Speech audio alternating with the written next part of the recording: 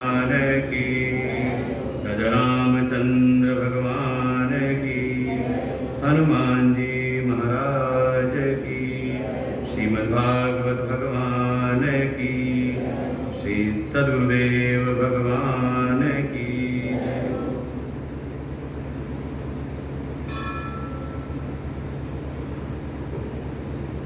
ओम सहना भवतु सहनो भुनक्तु सह वीर्यं करवावहै तेजस्विनावधीतमस्तु मा विद्विषावहै। ओम शांति शांति शांति। अखंडमंडलाकारं व्याप्तं येन चराचरं तत्पदं दर्शितं येन तस्मै श्रीगुरवे नमः। अज्ञानतिमिरान्धस्य ज्ञानाञ्जनशलाकया चक्षुरुन्मीलितं येन तस्मै श्रीगुरवे नमः। गुरुर्ब्रह्मा गुरुर्विष्णु गुरुर्देवो महेश्वर गुरुर्साक्षात् परं ब्रह्म तस्मै श्रीगुरवे नमः। त्वमेव माता च पिता त्वमेव बन्धुश्च सखा त्वमेव विद्या द्रविणं त्वमेव सर्वं मम देव। गजाननं भूतगणादिसेवितं कपित्थजम्बूफलचारुभक्षणम् उमासुतं शोकविनाशकारकं नमामि विघ्नेश्वरपादपङ्कजम्। नारायणं नमस्कृत्य नरं चैव नरोत्तमं देवीं सरस्वतीं व्यासं ततो जयमुदीरये। सच्चिदानन्दरूपाय विश्वोत्पत्त्यादिहेतवे तापत्रयविनाशाय श्रीकृष्णाय वयं नमः। यं प्रवदन्तमनुपेतमपेतकृत्यं द्वैपायनो विरहकातरया पुत्रेति तन्मयतया तर्वो विनेदु तं सर्वभूतहृदयं मुनिमानतोऽस्मि। करारविन्देन पदारविन्दं मुखारविन्दे विनिवेशयन्तं वटस्य पत्रस्य पुटे शयानं बालं मुकुन्दं मनसा स्मरामि। श्रीकृष्ण गोविन्द हरे मुरारी हे नाथ नारायण वासुदेव।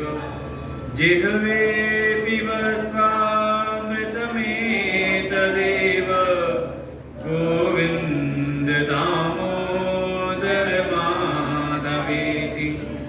विक्रेतु कामाखिल गोपकन्या मुरारी पादार्पितचित्तवृत्तिं दध्यादिकं मोहवशादवोच गो गोविन्द दामोदर माधवेति। गृहे गृहे गोपवधू कदम्बा सर्वे मिलित्वा समवाप्य योगम् पुण्यानि नामानि पठन्ति नित्यम् गोविन्द दामोदर माधवेति। सुखां शयानानि लये निजेऽपि नामानि विष्णो प्रवदन्ति मर्त्या। ते निश्चितं तन्मयतां व्रजन्ति गोविन्द दामोदर माधवेति। जिह्वे सदैवं भज सुन्दराणि नामानि कृष्णस्य मनोहराणि। समस्तभक्तार्तिविनाशनानि गोविन्द दामोदर माधवेति। जिह्वे रसके मधुरप्रियात्वं सत्यं हितं त्वां परमं वदामि। आवर्णयेथा मधुराक्षराणि गोविन्द दामोदर माधवेति। सुखावसाने त्विदमेव सारं दुःखावसाने त्विदमेव गेयम्। देहावसाने त्विदमेव जाप्यं गोविन्द दामोदर माधवेति। त्वामेव याचे मम देहि जिह्वे समागते दण्डधरे कृतान्ते। वक्तव्यमेवं मधुरं सुभक्त्या गोविन्द दामोदर माधवेति। श्रीकृष्ण राधा गोकुलेश गोपाल गोवर्धन नाथ विष्णु। जिह्वे पिबस्वामृतमेतदेव गोविन्द दामोदर माधवेति। श्रीकृष्ण गोविन्द हरे मुरारी। हे नाथ नारायण वासुदेव। श्रीकृष्ण गोविन्द हरे मुरारी। हे नाथ नारायण वासुदेव। श्रीकृष्ण गोविन्द हरे मुरारी। हे नाथ नारायण वासुदेव। हे नाथ नारायण वासुदेव। श्रीशुकुवाच सम्यक् व्यवसिता बुद्धि तव राजर्षि सत्तम। वासुदेव कथायां ते यज्जाता नैचकीरति। वासुदेव कथा प्रश्न पुरुषां स्त्रीन् पुनातिः।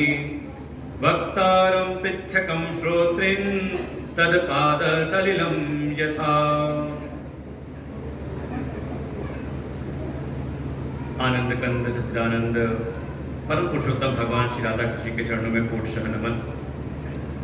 परमात्मा के विभिन्न स्वरूप प्रातः स्मरणीय परम श्रद्धेय परम वंदनीय अनंत श्री भूषित श्री सद्गुरुदेव भगवान के चरणों में कोट शह नमन। पूज्य गुरुदेव भगवान के कृपा पात्र संतवृंद आचार्यगण समस्त भगवत भक्त श्रद्धा भक्ति स्वरूपी मातृशक्ति।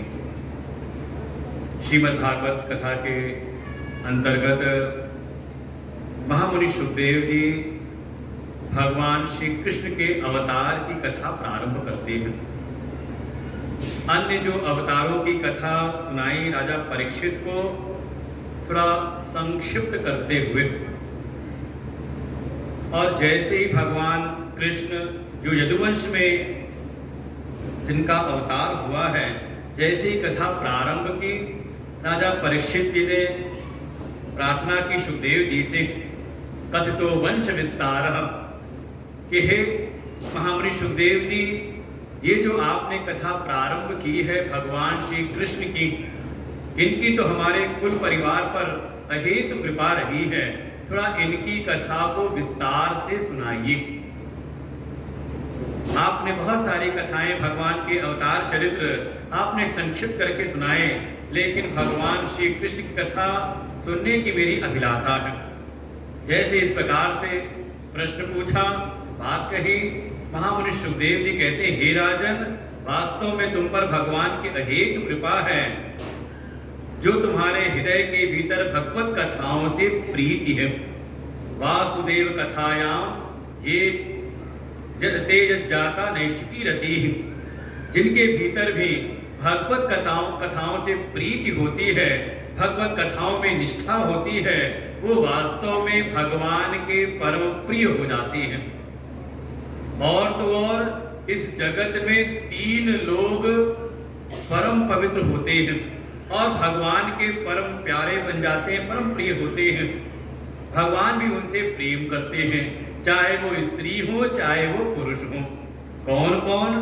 तो कहा वक्तारम, भगवान की कथा जो पूछने वाले, जो कहने वाले हैं, जो वक्ता हैं, वो तो भगवान के परम प्रिय हो जाते हैं, जो जगत में जा करके भगवान की कथाओं का वाचन करते हैं।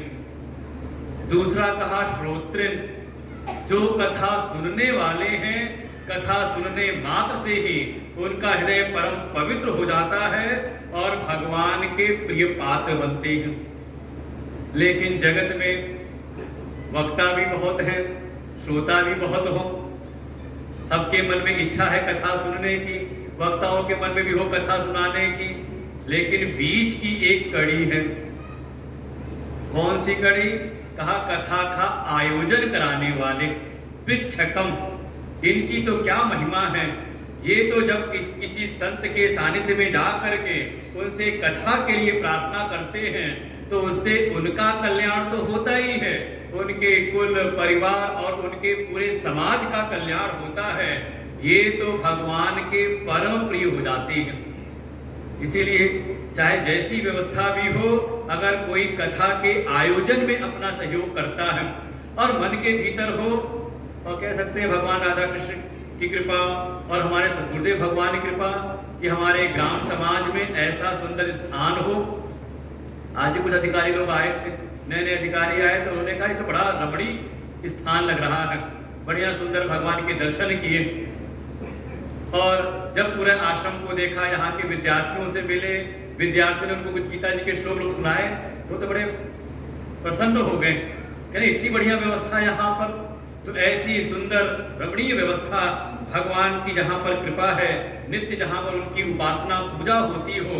और एक दिन हमने कहा भी कि ये स्थान क्या है, जैसे भगवान जब आते हैं अपनी लीला करने के लिए तो अपने नित्य लोक को लेकर के आते हैं, चाहे भगवान शिव हो और चाहे भगवान श्री कृष्ण हो। ऐसे ही ये प्रज्ञानम सत्संग आश्रम का हमारे पूज्य गुरुदेव भगवान का ये उनका लीला स्थान है, उनका धाम है। ऐसे सुंदर बढ़िया स्थान में अगर कोई आकर के कथा सुने, इसीलिए महिमा है हमारी जो आयोजन समिति है, प्रज्ञानम सत्संग आश्रम की जो समिति है, उनके जो भी पदाधिकारी हैं, जो भी जिनका भी उनमें सहयोग रहता है किसी न किसी रूप में भी, चाहे वो छोटा हो चाहे बड़ा हो, वो सब के सब भगवान के कृपा पात्र बनते हैं। इसी में कोई आगे बढ़ करके कि नहीं ये बढ़िया व्यवस्था तो है, हम भी यजमान बनकर के कथा सुनेंगे, तो समझ लो सुखदेव जी कहते हैं, भागवत में वर्णन किया, वासुदेव कथा प्रश्न पुरुषां स्त्रीन पुनाति ही। कोई अगर कथा को पूछने वाले हों, कथा का आयोजन कराने वाले हों, उनकी तो क्या महिमा गाई जाए। वे तो परम पवित्र हो जाते हैं और भगवान सदैव उन पर अपनी कृपा बरसाते हैं। भगवान के अवतार की कथा सुनाई कि भगवान श्री कृष्ण प्रकट तो हुए मथुरा में, लेकिन टिकते नहीं, रात्रि में ही निकल गए। चले गए गोकुल। कारण है इस समय मथुरा में अहंकारी कंस का साम्राज्य है, इसलिए वहां नहीं रुकते, वहां भेज दिया। अब जो उनकी माया प्रकट हुई थी यशोदा के गर्भ से, उनको भेज दिया मथुरा में और स्वयं आ गए गोकुल में। कारण है कि मथुरा में अभी साम्राज्य है अहंकारी कंस का। जहां अहंकार का साम्राज्य हो वहां परमात्मा नहीं बल्कि वहां उनकी माया कार्य करती है और अहंकारी मनुष्य की बुद्धि को वो मोहित किए रहती है। और ये जो गोकुल है, ये गोकुल है भगवान के भक्तों की नगरी, जहां भगवान के भक्त निवास करते हो। भगवान कहीं भी प्रकट हो आ जाते हैं भक्तों के बीच में। इसलिए भगवान रात्रि में ही आ गए गोकुल। और जैसे ही भगवान गोकुल में आए, यहाँ तो उत्सव प्रारंभ हुआ। उधर जो गई थी माया, देव की वसुदेव के माध्यम से तो भगवान प्रकट हुए और भगवान की ही माया प्रकट हुई थी नंद बाबा और यशोदा की यहाँ कन्या के रूप में। वो आ गई मथुरा में और जैसे ही मथुरा में आई, बड़ा सुंदर दृश्य है। कल तो था ही, जैसे भगवान आए होंगे ना, जिस समय हमारे अध्यक्ष जी कह रहे थे कि वैसी बारिश हो रही थी कि यमुना जी भी उफान पर आ गए कि चलना मुश्किल हो गया। वसुदेव जी को कि ले आकर के छोड़ करके आए, यमुना जी नाक तक आ गई उनकी। तब भगवान ने कृपा की, अपने चरण स्पर्श कराए यमुना जी को और फिर यमुना जी घुटने के बराबर हुई। तो वैसी कल बरसात थी, लेकिन दृश्य कैसा है, जिस समय भगवान प्रकट हुए हैं मथुरा में, सबके सब सो रहे हैं। कल तो कोई सो नहीं रहा था ना कथा में। मथुरा में भगवान आए तो सब सो रहे थे और उधर गोकुल में प्रकट हुई भगवान की माया, तो वहां सब सो रहे थे। हो गई थोड़ी सी अदला बदली। माया को बुलाया भगवान ने यहां मथुरा में और खुद चले गए गोकुल में। इधर माया आई तो रो रो के सबको जगाती है और उधर भगवान गए तो रो रो के सबको जगाते हैं, सब जग जाते हैं। संतों ने कहा बच्चों को यही पहचान है कि आपने ये 9 द्वार वाला जो पुर है, 9 द्वारे पुरे देही पुरंजन की कथा आप विचार करें तो वहां पर ये 9 द्वार वाला पुर कहा गया जिसमें जीव का निवास होता है। ये हमने अपने इस 9 द्वार वाले पुर को कैसा बनाया है, मथुरा बनाया है या गोकुल, यहीं से विचार करना पड़ता है। कैसे पहचान होगी, लक्षण क्या है? का लक्षण यही है कि इस 9 द्वार वाले पुर में रह करके हमारी कब किस प्रकार की स्थिति होती है। कहीं पर माया की चर्चा हो, दुनियादारी की चर्चा हो और आप बिल्कुल चैतन्य बने हुए हैं, बड़ा जोश के साथ आप उसमें सहभागी बनते हैं। और जैसे ही वहां कोई भक्त आए और कोई भगवान की भक्ति की चर्चा करने लगे, निमंत्रण देने लगे, हमारे यहाँ कथा है, और लगा रहे सब बेकार की सब चीजें हैं। और कथा में आए तो ये 9 द्वार वाले पुर में बैठ करके आए हम कथा में, और जैसे ही कथा शुरू हुई तो हम सो गए। तो मतलब कौन से हैं? समझ लो फिर मथुरा पूरी बना रखी हमने अपने शरीर को। और मान लो कहीं ऐसा जीवन में है कि जब संसार में व्यवहार करने गए तो कहीं मन लगता नहीं, जहां जो अपने कर्तव्य का हम निर्वहन कर लेते हैं।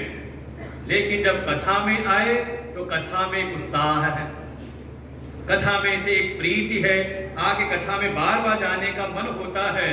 तो समझ ले कि हाँ कुछ भगवान की कृपा है। ये 9 द्वार वाला जो पुर है ये गोकुल पुरी बनी हुई है। श्री कृष्ण गोविंद हरे मुरारी,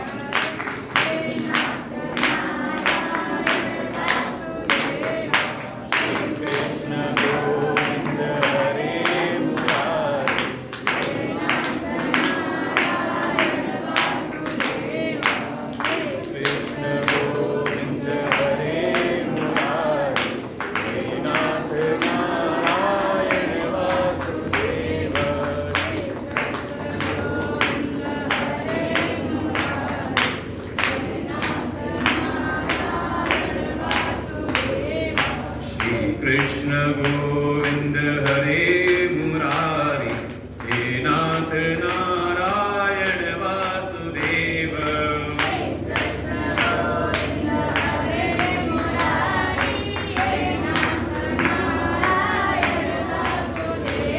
श्रीशुकुवाच बहिरन्तःपुरद्वार सर्वा पूर्वदावृताः, ततो बालध्वनिं श्रुत्वा गृहपाला समुत्थिताः।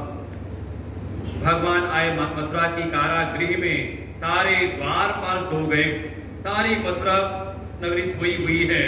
और जैसे ही वो माया रूपी कन्या आई, वो जोर जोर से रोने लगती है और उसकी रोने की आवाज सुन करके वो सारे द्वारपाल जग गए। जा करके राजा कंस को सूचना दी। राजा कंस भी आया गिरते पड़ते हुए, अरे ये 8वां गर्भ है, मेरा काल ही है। गिरते पड़ते आया देवकी की गोद से, जो ही उस कन्या को पकड़ के पटकने को हुआ, वो तो हाथ उठा करके आकाश में प्रकट हो जाती हैं। अदृश्यतानुजा विष्णु सायुधा अष्ट महाभुजा, 8 महाभुजाओं से युक्त, सब में अस्त्र शस्त्र सिंह वाहिनी है। सारे देव गंधर्व आकर के पुष्प वर्षा करते हैं, लेकिन ये कंस तो भयभीत होकर के देखता है। और फिर जो देवी प्रकट हुई, इन्होंने फटकार लगाई कंस को, किम मया हतयः मंद जाता कृतवान कृत, हे मूर्ख, मुझको मार करके तेरा क्या भला होगा? तेरा जो पूर्व का शत्रु है, तेरा जो काल है, वो तो कहीं और जन्म ले चुका है। व्यर्थ में वसुदेव और देवकी को कष्ट मत दे। ऐसा कह करके वो देवी तो विलुप्त हो गई। इधर देवी की बात सुन करके बड़ा भयभीत हुआ और फिर क्षमा मांगता है वसुदेव देवकी से ये कंस भी। ये देखो अभिमानी व्यक्ति यही है, कब झुक जाए, कब प्रेम दिखाए, कब उदारता पे आ जाए, उसका कोई भरोसा नहीं। तुरंत उनको क्षमा याचना की, अरे मेरी बहन, अरे मेरे बहनोई, अरे इसमें मेरा कोई दोष नहीं है। देखो देखो, अभी आपने भी सुना ना, पहले भी आकाशवाणी हुई थी, कहा दैवम अपि अनितम वक्ति। देखो देवता लोग भी झूठ बोलने लगे। वो जो देवताओं की आकाशवाणी हुई थी उस समय, वो झूठ बोल करके मुझसे देखो कैसे अपराध करा दिए। अभी ये देवी कह के गई है कुछ बात, इसलिए आप शोक ना करें। सबके अपने कर्मों का फल है, कोई किसी को मारता मरवाता नहीं, सब अपने कर्मों के प्रारब्ध अनुसार ही सबको जीवन मिलता है। वहां से बंधन मुक्त कर दिया। लेकिन जैसे ही आया अपनी सभा में दुष्टों के साथ बैठा, यहाँ तो विचार प्रारंभ हुआ। राजन, वो देखो देवी कह के गई हैं, आपका जो शत्रु है वो विष्णु, वो कहीं जन्म ले चुका है, क्या किया जाए? किसी ने कहा ऐसा करते, जितने भी नवजात शिशु हुए हैं एक तरफ से सबको मरवा देते हैं। किसी ने कहा ऐसा करना ठीक नहीं, कहीं प्रजा पलायन न कर जाए। ऐसे ऐसे सबने अपने तर्क वितर्क किए। किसी ने कहा आपको इस पे चिंता करने की क्या आवश्यकता है? आपके पास तो एक से बढ़कर एक मायावी दैत्य हैं, आप किसी को भी लगा दो चुपके से। धीरे धीरे जा करके चुपचाप जितने भी नवजात शिशु होंगे, 8-10 दिन के जो बालक होंगे, धीरे धीरे छुप करके सबको मार डालेगा अपनी माया से छुप करके। किसी को पता भी नहीं चलेगा, लगेगा कोई बीमारी फैल गई। ऐसे ऐसे युक्तियां सब बताने लगे, कहां जाकर के ढूंढा जाए? तो एक ने युक्ति बताई कि वास्तव में जो आपका जो शत्रु है वो रहता कहाँ है, कहाँ उसको आश्रय मिलता है। मूलम ही विष्णु देवानां यत धर्म सनातनम तस्य च ब्रह्म गो विप्रा तपो यज्ञः सदक्षिणा। वो जो आपका शत्रु है वो वहीं रहता है जहां सनातन धर्म की स्थापना हो, जहां सनातन धर्म के कार्य किए जाते हो। और सनातन धर्म के कौन से मुख्य कार्य हैं? कहा जहां गौ की सेवा होती हो, जहां विप्र वेद पाठी ब्राह्मणों की सेवा होती हो, जहां तपश्चर्या कोई संत आकर के तपश्चर्या करते हो, जहां पर नित्य योग यज्ञ हो इत्यादि होता हो। ये समझ ले, ये सब के सब स्थान हैं, यहीं पर सनातन धर्म प्रतिष्ठित है और यहीं पर भगवान का नित्य। अब वो भगवान तो नहीं, ये तो हम लोग के मुंह से निकल गया भगवान। उन सब ने कहा वो आपका जो शत्रु है विष्णु वहीं पर रहता है। जहां पर भी गाय की सेवा हो, वेद पाठी ब्राह्मणों के विप्र धेनु सर सुर संतहित लीन मनुज अवतार, इन चारों की रक्षा करने के लिए भगवान अवतार लेते हैं। ये शास्त्रों का एक संकेत है कि ये वास्तव में ये ईश्वरीय कार्य है। अगर जहां कहीं भी ऐसे कार्य होते हो, जहां गौ की सेवा हो, जहां वेद पाठी ब्राह्मणों की सेवा हो, जहां देवताओं की उपासना होती हो और जहां संतों का निवास हो, संतों की सेवा हो, वास्तव में वही भगवान का निवास होता है। और ऐसी जगह पर अगर हमारी सेवा लगे तो ये हमारी सेवा साक्षात सीधे ईश्वर को प्राप्त होती है। ये ईश्वरीय कार्य में सहयोग कहा जाता है। ऐसा सबने निश्चय किया और फिर तैयारी हो गई और उधर गोकुल में भगवान प्रकट हुए। भगवान के आते ही सूचना मिली नंद बाबा को। वो तो तुरंत नहा धो करके अपने आचार्यों को लेकर के आए। जो भी जातकर्म संस्कार थे, अपने शांडिल्य गुरु जी के द्वारा जातकर्म संस्कार कराया और फिर उन्होंने जो जब दान दक्षिणा देने को आए, बिल्कुल उदार हृदय के साथ में 7 तिल के पहाड़ खड़े कर दिए। उस पर रत्न आदि रख करके ब्राह्मणों को दान दिए। लाखों लाख गैये का दान का संकल्प किया और ये सूचना धीरे धीरे सारे गोकुल में फैलने लगी। अरे हमारे जो सामंत हैं, नंद बाबा हैं, इस अवस्था में उनकी यहाँ लाला का जन्म हुआ है। सब कोई ना कोई भेंट की सामग्री लेके दूध, दही, घी, मिश्री इत्यादि सब लेकर के आते हैं और बधाइयाँ गाते हुए उनको बधाई देते हैं। और तो और वहाँ पे चलने लगा उत्सव। सब वो बाबा बैठे, नंद बाबा बैठे थे बढ़िया साफा बांध करके, नहा धो करके, बिल्कुल इत्र फुले लगा करके।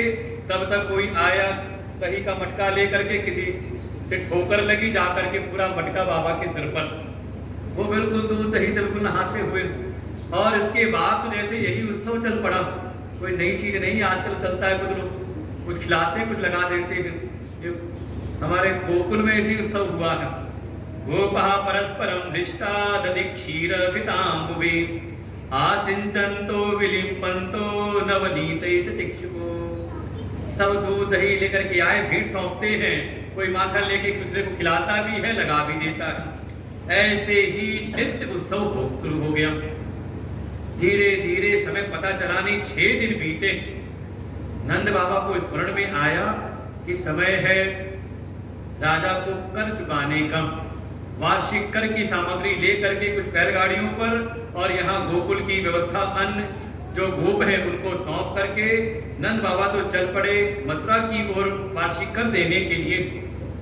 और इधर जैसे ही बाबा पहुंचे मथुरा में, जा करके राजा कंस को कर चुकाया और साथ ही अपने पुत्र, अपने उत्तराधिकारी की भी सूचना दी राजा को। बताया कि मेरे यहाँ भी भगवत कृपा से पुत्र का जन्म हो गया है। कंस ने पूछा कब हुआ? कहा इसी अष्टमी की रात्रि को। उसको याद आया वो अष्टमी की रात्रि तो थी जो कन्या हटा के भाग गई थी। ऊपर से कुछ कहा नहीं, सचेत हो गया। इधर नंद बाबा कंस को कर चुकाने के बाद उनको स्मरण आया अपने मित्र वसुदेव जी का। और वसुदेव जी को भी सूचना मिली कि गोकुल से नंद बाबा आए हुए हैं। दोनों जब मिलते हैं, दोनों का जो प्रेम है, नंद बाबा जी के जीवन में अतिरेक में हर्ष है, लेकिन अपनी प्रसन्नता प्रकट नहीं करते। और उधर जो वसुदेव जी हैं उनके चित्त में शोक है, लेकिन जब नंद बाबा से मिलते उनको बधाई देते हैं, अपना शोक प्रकट नहीं करते। ऐसे जब मिले, वसुदेव जी ने कहा अरे नंद बाबा, ऐसे आनंद के क्षणों में तुम यहाँ क्या करने आए हो?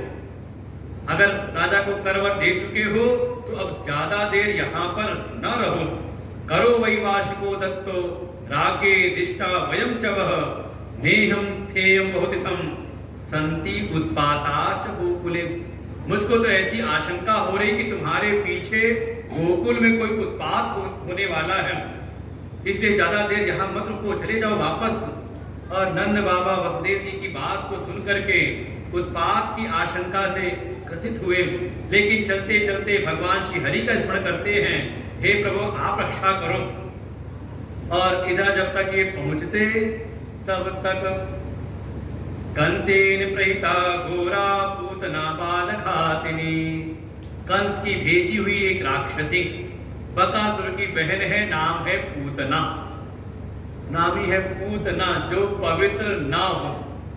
और दूसरा कहा पूतम नयति, जो निर्मल हृदय के, जो पवित्र आत्मा, जो कोई नवजात बच्चे हैं, जो उनका हरण कर ले जाए। ऐसी वो बाल घातनी ग्राम ग्राम नगर नगर घूमते हुए जहां कहीं उसको सूचना मिलती कि यहाँ किसी बालक का जन्म हुआ है, जाती चुपचाप अपनी माया से बालक का अपहरण करके उसको कुछ न कुछ करके मार देती। ऐसी चलते चलते भगवान ने भी विचार किया, ये आई तो मेरे लिए है, ये अबोध बालकों की हत्या क्यों हो। अपनी माया से उसको खींच लिया, उड़ते उड़ते निकली गोकुल के ऊपर से। और भगवान के जन्म का छठा दिवस है और कुछ विशेष तैयारी चल रही थी। कढ़ी चावल वल बन रहा था। उसको लगा कि लगता है किसी बालक की छठी बनाई जा रही है। वो भी उतर के आई आकाश मार्ग से नीचे, एक जगह जाके पेड़ के पीछे बढ़िया सुंदर सा उसने रूप धारण किया। बिल्कुल स्वर्ण आदि से सज्जित, हाथ में कमल का पुष्प ले लिया। लगा जैसे साक्षात लक्ष्मी ही प्रकट हुई हैं।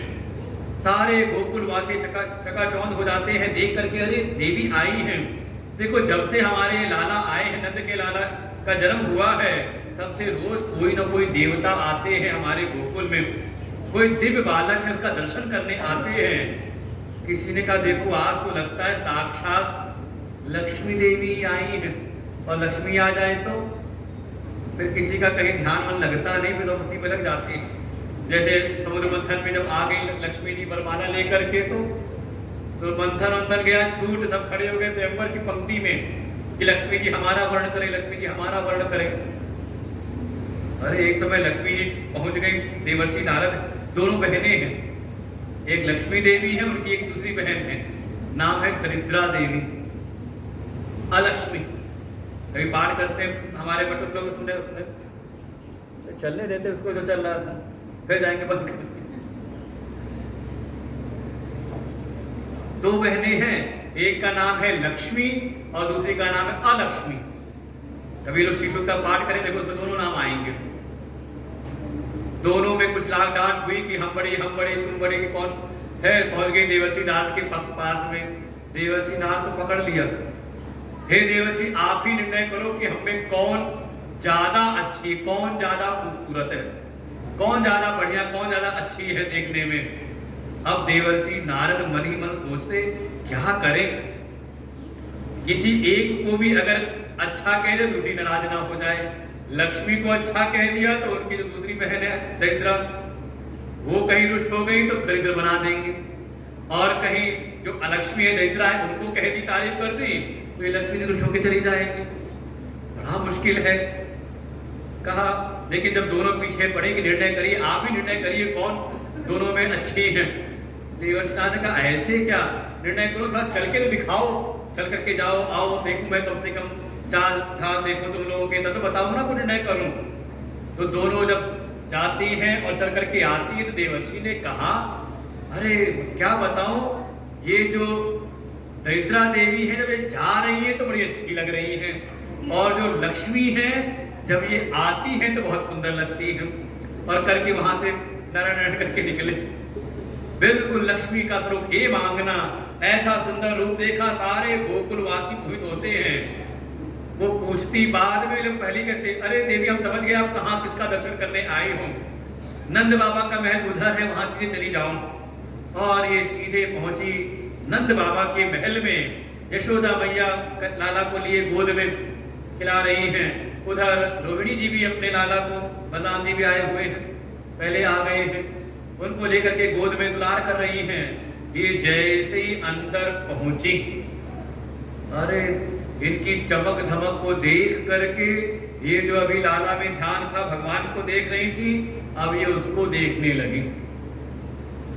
बिल्कुल टकटकी लगा के, अरे यहाँ तो लगता है साक्षात श्री देवी आई है, लाला पर कृपा होगी इनकी भी। और भगवान इतने में रोने लगे। भगवान मनी मन रोने लगे। त्रिलोकी का स्वामी, सच्चिदानंद ब्रह्म, मैं आया हूं इनके पास में, इनकी गोद में, और इनका ध्यान असली में नहीं है। जो असली वास्तविक तत्व है उन पर इनका ध्यान नहीं है। दुनिया वालों की यही रीत है। मैं आया हूं स्वयं इनके पास में, और ये देख किस पे रही, नकली पे, नकली चमक धमक पर इनका ध्यान है। भगवान रोने लगे, चुप होते नहीं। तब वो देवी बोली, पूतना देवी बोली, अरे यशोदा, लगता है तेरा ये पहला लाला है, तुझे बच्चे से खिलाने आता नहीं, कहा मुझको दे दे, मैं अपनी गोद में खिलाती हूँ इसको। मैया को तो लगा देवी का आशीर्वाद मिलेगा। हाँ देवी, आपने बिल्कुल सही कहा, मेरा पहला ही लाला है, आपकी कृपा से ही हुआ है। दे दिया गोद में, और जैसे ही गोद में गए तो भगवान हो गए बिल्कुल चुप। अब तो यशोदा मैया की श्रद्धा और बढ़ गई। देखो देवी की महिमा है, इनकी गोद में जाते ही देखो चुप हो गया। ये चुप हो नहीं रहा था। उधर मनी मन भगवान कहते हैं, अब रोके क्या करूं। जब कोई बच्चा डरता है कोई डरावनी चीज को देख करके तो भागता है अपनी माँ के पास में कि मैया बचा लेंगी, और मैया खुद डरावनी चीज के हाथ में दे दे तो अब रोने से क्या फायदा। भगवान हो गए चुप। लेकिन गोद में जाते ही भगवान ने अपनी आंखें बंद कर ली। चराचरा आत्मा असहिते क्षण, अपनी आंखों को भगवान ने कर लिया बंद, बिल्कुल जोर से आंखें मूंद ली। अब तो संत लोग यही विचार करने लगे कि भगवान ने आंखें क्यों बंद कर ली। तो सब कोई ना कोई अपने मन के भाव वहां व्यक्त करते हैं। किसी ने कहा, देखो भगवान लीला करते हैं हम सबको कोई ना कोई संदेश देने के लिए। भगवान देखो जैसे ही उस मायामयी पूतना जो बाल हत्यारी है, पापिनी है, उसके पास गए तो भगवान ने आंखें बंद कर ली। जैसे भगवान संकेत कर रहे हैं कि संतों का दर्शन करो, किसी पुण्यात्मा के दर्शन करो तो आपके पापों का क्षय होता है। संत दर्श जीव पातक डरे।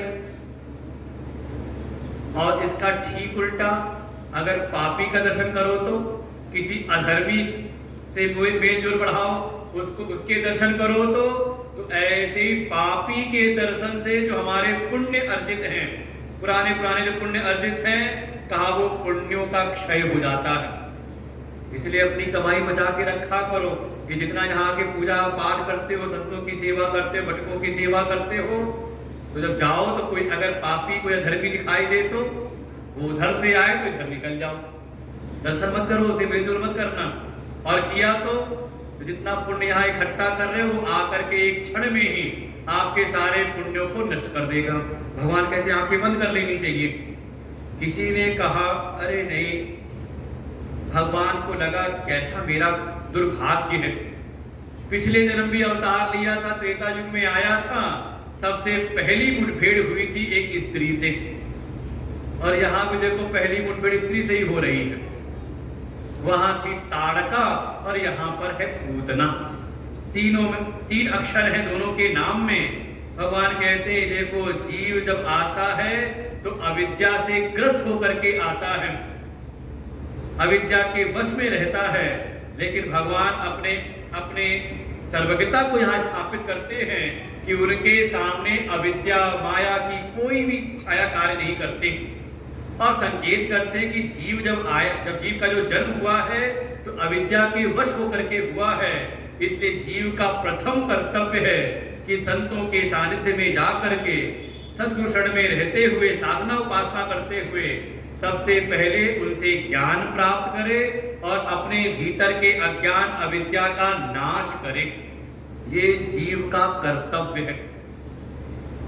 किसी ने कहा, भगवान कहते हैं मैं तो आया था गोकुल में, जन्म तो हुआ था मथुरा में, आया था गोकुल में कि यहाँ पर बालों के बीच रह करके दूध दही माखन मिश्री का भोग लगाऊंगा। यहाँ माखन मिश्री तो क्या, छठे दिन देखो आ गई जहर पिलाने के लिए कड़वी दवा लेकर के।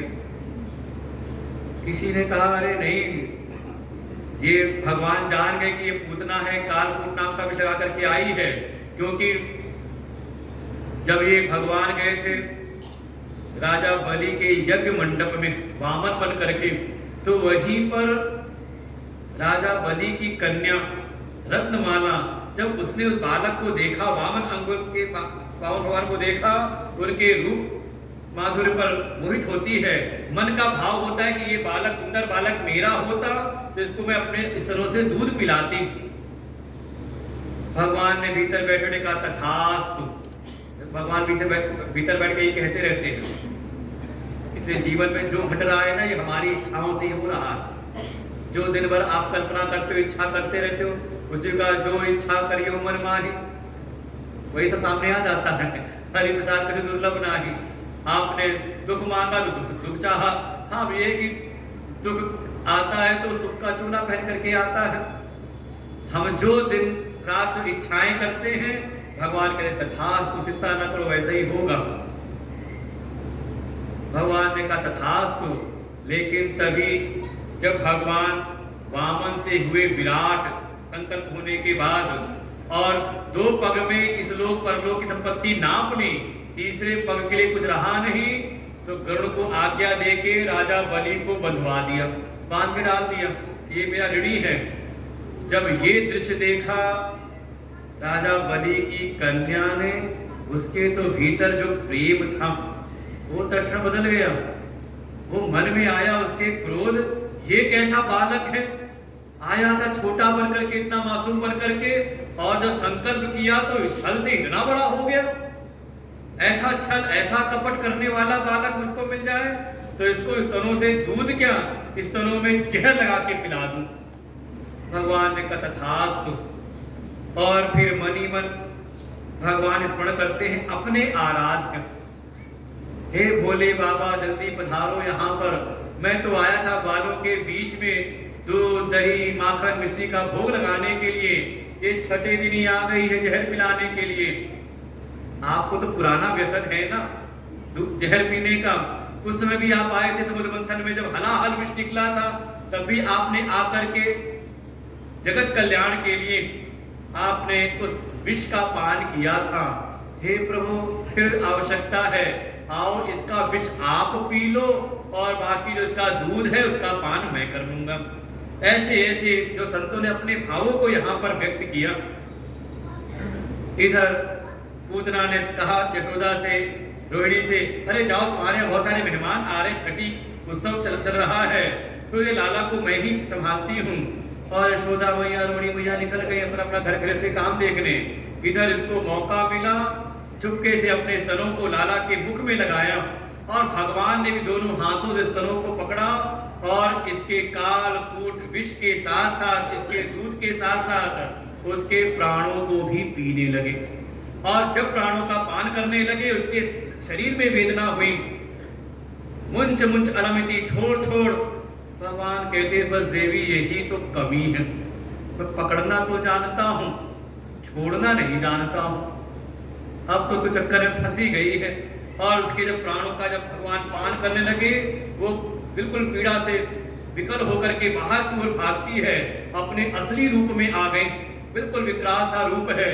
सारे गोकुलवासी भयभीत हो गए, अरे ये कौन है, अरे लाला को लिए भागी जा रही है। और अचानक भगवान ने उसके प्राणों का पान किया और उसका देहांत होता है, गिर पड़ी, गिरी। भगवान उसके वक्षस्थल पर पीड़ा कर रहे हैं, सब आके खेले थे, इतनी बड़ी राक्षसी। सब विचार करने लगे, अरे इतनी बड़ी राक्षसी लाला को, किसी जगह देखा लाला को लेके भाग रही थी पापिनी, देखो अपनी मौत खुद ही मर गई, लगता है इसको ठोकर लगी।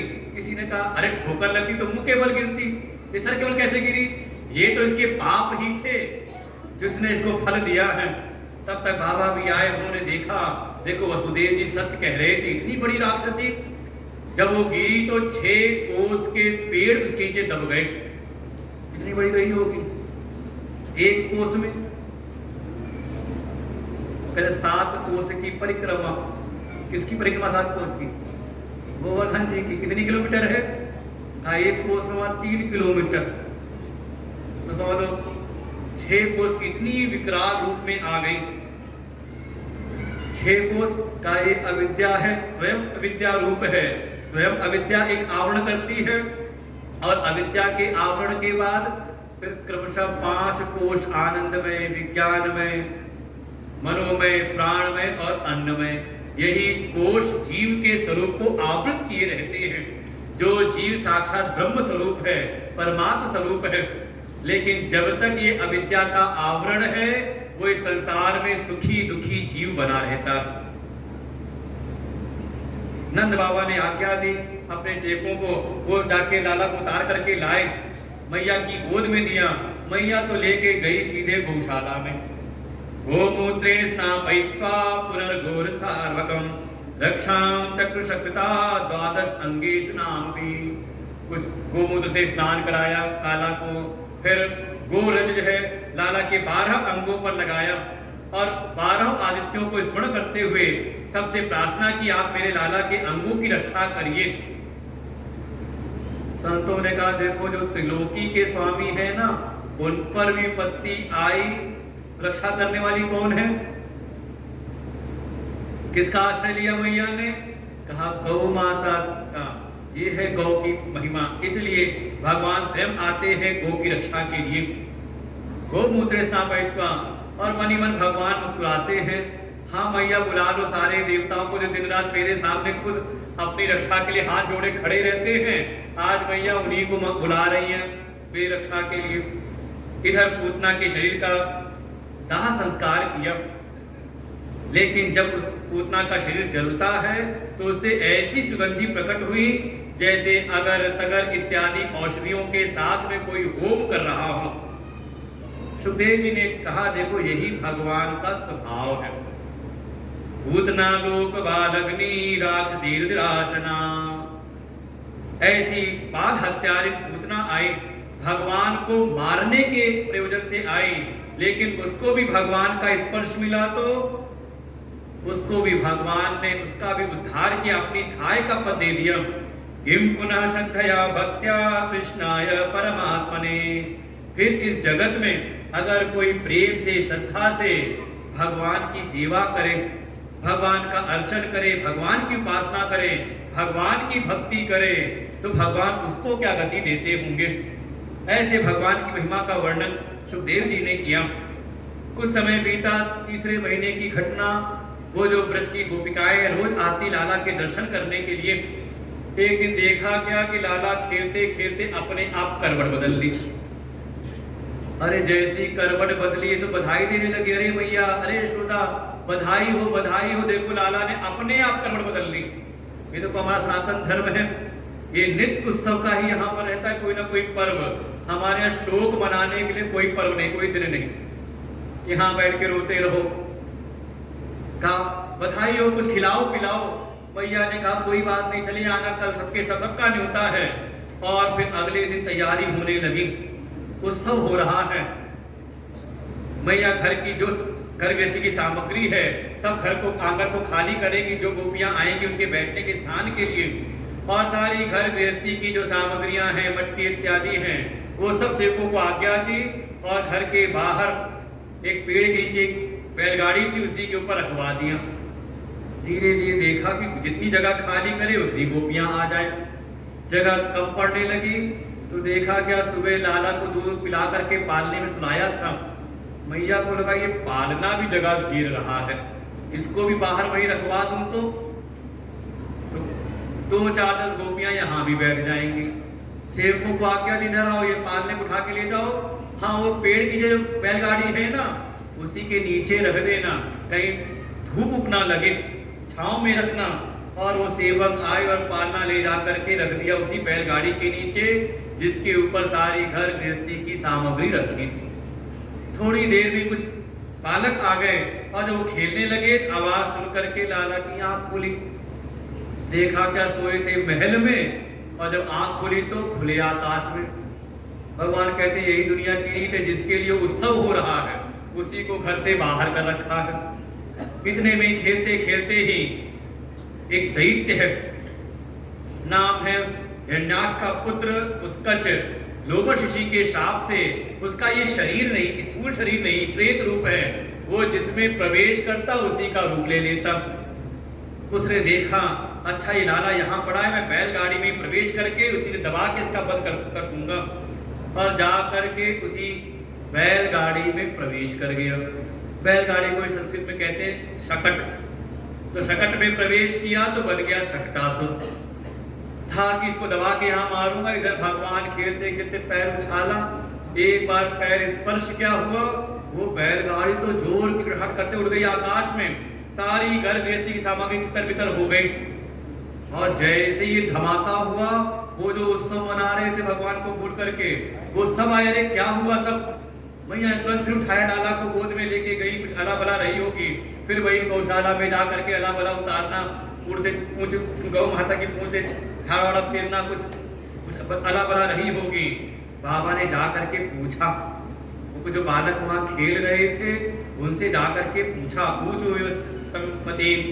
जाके पूछा, अरे बालकों ये बताओ, ये ना कोई आंधी ना कोई तूफान, ये बैलगाड़ी उलट कैसे गई, ये आकाश में कैसे उड़ गई, क्या हुआ अचानक ये। वो बालकों ने कहा, अरे बाबा हमने अपनी आंखों से देखा, ये लाला जो है खेल खेल में पैर उछाल रहा था, और रुतानेन पादेन क्षिप्तमेतन संशयम, ये रोते रोते लाला ने पैर एक बार ऐसा उछाला कि पैर लगा बैलगाड़ी में और बैलगाड़ी उलट गई, उड़ गई आकाश में। बिल्कुल हमने अपनी आंखों से देखा है, तो कोई संशय नहीं है। न तशत धीरे गोपा, सबने सोचा ये बालक है, कुछ भी बोलते हैं, कुछ रहा होगा, भगवान की कृपा रही, लाला को कुछ हुआ नहीं। वास्तव में ये है शकटासुर, जैसे पूतना है अविद्या, ऐसी शकटासुर है भीतर का एक दोष जिसको कहते हैं जड़त्व बुद्धि। जब बुद्धि जड़ पदार्थों को ही वरीयता देने लग जाए, चेतन की ओर उसकी दृष्टि न जाए, सवेरे का प्रसंग यही चलता रहता है, जड़ और चेतन का विवेक करते रहो, बाहर के दृश्य जड़ पदार्थों का विचार करके चेतन का विचार करें। लेकिन जब तक अविद्या से ये चित्त हमारा आवृत है, हमारा मन चेतन प्रभु में नहीं लगता, बल्कि संसार के जड़ पदार्थों में ही लगा रहता है। और कई बार घरों में भी होता है, भगवान के लिए भगवान की पूजा करनी है, अब घर में कहीं जगह मिली नहीं, तो हमने घर की एक अलमारी, उस पे नीचे बैठाया ठाकुर जी को, कि ठाकुर जी की रोज पूजा करेंगे बैठ करके आराम से। और ऊपर के खानों में तो भगवान तो हो गए नीचे, चेतन प्रभु हो गए नीचे, और ऊपर के खानों में सारी घर गृहस्थी की जड़ सामग्रियां रख दी। इसलिए हमारा मंदिर ऐसे बनता है कि भगवान के ऊपर कोई नहीं, लेकिन कहीं ना कहीं अगर भीतर बुद्धि में जड़ता आ जाए तो हम चेतन प्रभु को भूल करके वरीयता देने लगते संसार के जड़ पदार्थों को। इसी का नाम है शकटासुर। भगवान ने उसका विवध किया। एक दिन आ गया तृणावर्त, दिन में ही आंधी चलने लगी जोरों की, और मैया लाला को लेके खिला रही थी। उनको लगा लाला बहुत ज्यादा भारी हो गया है।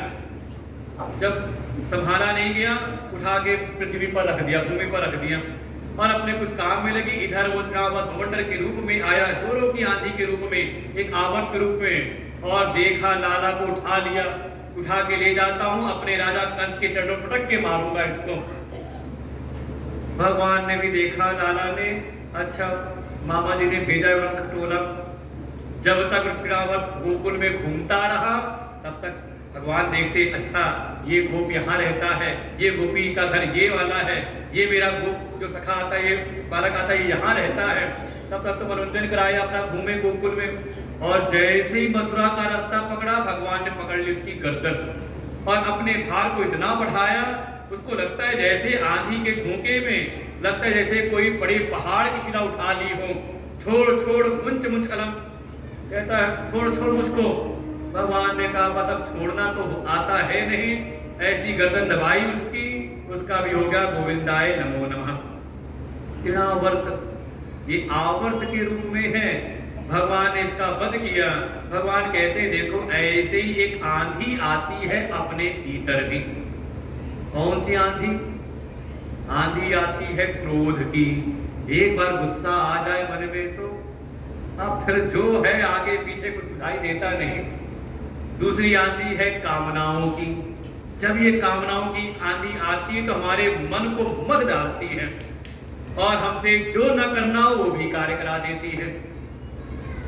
शक्नोति है विजासोढ़ुम, भगवान संकेत करते हैं ये जब तक जीवन है, काम क्रोधोद्भवम वेगम का ये काम और क्रोध का जो आवेग है, प्राक शरीर मोक्षात्, जब तक जीवन है ये आंधी के रूप में आते जाते रहते हैं।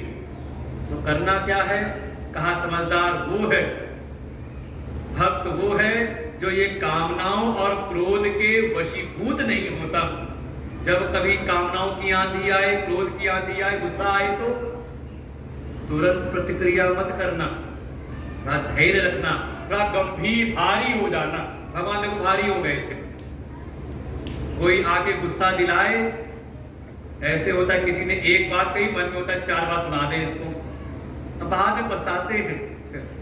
जब कभी ऐसी स्थिति आए तो मन में बिल्कुल गुस्सा आए तो मन में विचार करना, ठीक है अभी नहीं 2 घंटे बाद जवाब देंगे इसको। आज नहीं, आज बढ़िया दिन है, आज तो भगवान का भजन करने का दिन है, आज तुम्हारा व्रत है। कौन सा व्रत है? कहा हर छठ का व्रत है। कहा आज नहीं, आज तुम्हें पूजा करनी है, भगवान में मन को लगाना है। गुस्सा आए तो इसको कल जवाब देंगे, मन भर के जवाब देंगे, है कि नहीं? कहा जब 2 घंटे बीतेगा तो अपने आप गुस्सा भी शांत हो जाता। कोई 24 घंटे गुस्से में नहीं रहता। हाँ पहले कभी रहते होंगे तो खूब भवन बनाते होंगे उसके लिए, आजकल तो ऐसा का धीरे धीरे आंधी के आवेग जैसा रहता है। और जैसे आंधी हमेशा नहीं रहती, एक समय आई तीव्रता पूर्वक और फिर थोड़ी देर बाद शांत हो जाती है। ऐसी कामनाओं का भी आवेग होता है, ये चाहिए वो चाहिए, महत्वाकांक्षा ऐसी बढ़ती है मन में हो।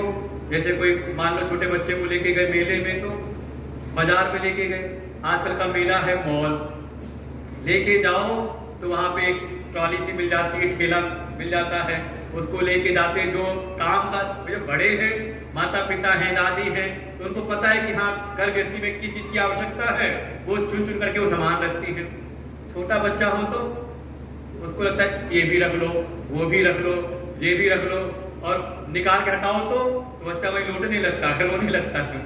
तो समझदार जो दादी है, समझदार जो माँ है, वो कहती है अरे बेटा ये यहाँ अच्छा नहीं मिलता, वो घर के पास जो है ना दुकान, वहाँ ये बढ़िया वाला मिलता है, वही दिलाऊंगी। और इधर तो बच्चा पहला पुतला करके ले आए, घर आए ना तो दादी को याद रहा ना बच्चे को याद रहा। ऐसे ये बच्चा है अपना मन, इसमें दुनिया को देख रहे कौन कौन सी कामनाएं मन में आती रहती हैं, ये भी मिल जाए वो भी मिल जाए। कहीं जाता है मन ये तो उसको कोई अच्छी चीज मिल जाए तो मन होता है हमारे पास क्यों नहीं है, बढ़िया गाड़ी दिखी हमारे पास भी होनी चाहिए, बढ़िया कोई मकान दिखा हमारे पास भी होना। ये मन ऐसे ही है, इसको कह दो नहीं ठीक है बाद में अच्छा वाला मिलेगा तो देखेंगे अच्छा नहीं है। कैसे भी अपनी कामना और क्रोध के आवेग पर थोड़ा संयम रखें। ऐसा कभी आवेग आए थोड़ा भारी हो जाए, हल्के ना रहे कि क्रोध उड़ा के ले जाए आपको और फिर आपसे कोई प्रतिक्रिया करा दे और बाद में जब आंधी शांत हो तो आप फिर पकड़ के पछताओ, अरे हमने ये क्या कर दिया। आ गए एक समय वसुदेव जी के कुल पुरोहित हैं गर्गाचार्य जी, नंद बाबा ने स्वागत किया, साथ में शांडिल ऋषि भी आ गए। विचार चलने लगा, नंद बाबा ने कहा अरे भगवान आप आए हैं तो हमारे जो बालक हैं इनका आप नाम रख दीजिए, अभी तक इनका कोई नाम नहीं रखा गया है, 2 बालकों का जन्म हुआ है। गर्गाचार्य जी मनी मन तो प्रसन्न हुए कि इसी प्रयोजन से तो मैं आया हूँ, लेकिन अगर सीधे अगर नाम रखा तो बाबा से कहा तुम मुझसे नामकरण कराओगे, फिर नामकरण का भी करोगे, बड़ा सा उत्सव भोज भंडारा करोगे, तो कहीं ये खबर अगर पहुंच गई मथुरा और मथुरा के राजा कंस ने को खबर मिलेगी कि मेरे द्वारा नाम रखा गया है, तो उसको संदेह हो जाएगा कि कहीं ये वसुदेव का पुत्र तो नहीं, इसलिए तुम्हारे कुल पुरोहित उनसे रखवा दो। नंद बाबा ने कहा आप चिंता ना करिए। शांडिल ऋषि ने भी कहा कि अरे ये जो कार्यक्रम है इसको गुपचुप रूप से कर लेते हैं, केवल गौशाला में बैठ के केवल घर के लोग बैठे। और फिर गर्गाचार्य जी ने सबसे पहले जो बड़े हैं रोहिणी के पुत्र, अयम ही रोहिणी पुत्रो रमयन् सुहृदोगुणै आख्यास्ते राम इति बलाधिक्यात् बलं विदुः। ये जो रोहिणी के पुत्र हैं उनका नाम रखा, कहा इनमें बल की अधिकता बहुत होगी और ये सबको रमाने वाले होंगे, इसलिए इनका नाम होगा बलराम। कभी इनका कर्षण करके गर्भ से दूसरे गर्भ में स्थापित किया गया था, इसलिए इनका दूसरा नाम होगा संकर्षण। इसके बाद यशोदा जी की गोद में जो लाला है उनको देखा, उनकी तो जैसे समाधि लग गई कि धन्य है यशोदा, धन्य है नंद राय जी, जिनके यहाँ साक्षात स्वयं परमात्मा ही आकर के पीड़ा कर रहे हैं। आसन वर्णात्रयो ह्यस्य गृहतो अनुयुगम तनु शुक्लो रक्त तथा पीता इदानीं कृष्णांगतः। गर्गाचार्य ने कहा, हे नंद बाबा, ये जो आपके घर में आए हुए हैं ये तो हर युग में आते हैं, कभी शुक्ल वर्ण में, कभी रक्त वर्ण में, कभी पीत वर्ण में।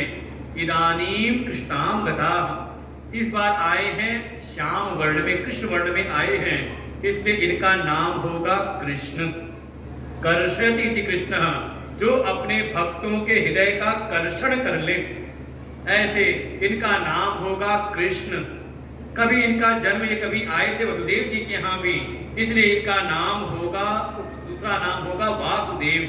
बोले वासुदेव श्री कृष्ण भगवान की। इनके गुण कर्म तो अनेकों होंगे, इनके अनेकों नाम होंगे जिसका वर्णन कर पाना संभव नहीं। ऐसे भगवान का नामकरण हुआ और फिर धीरे धीरे भगवान बड़े हुए, थोड़ा महल के बाहर गोकुल की गलियों में भी निकलने लगे। और फिर गोकुल में भगवान की बाल क्रीड़ाएं होती हैं, जिसमें सबसे प्रसिद्ध है माखन चोरी की लीला। भगवान के बहुत सारे मित्र हो गए, सखा बन गए, श्रीदामा, भद्र, तोक, परुथक, सुबल, मनसुका इत्यादि बहुत सारे भगवान के गोप सखा बन गए और उनके साथ भगवान गोकुल की गलियों में क्रीड़ा करते हैं। और उसमें मुख्य लीला है माखन चोरी की लीला।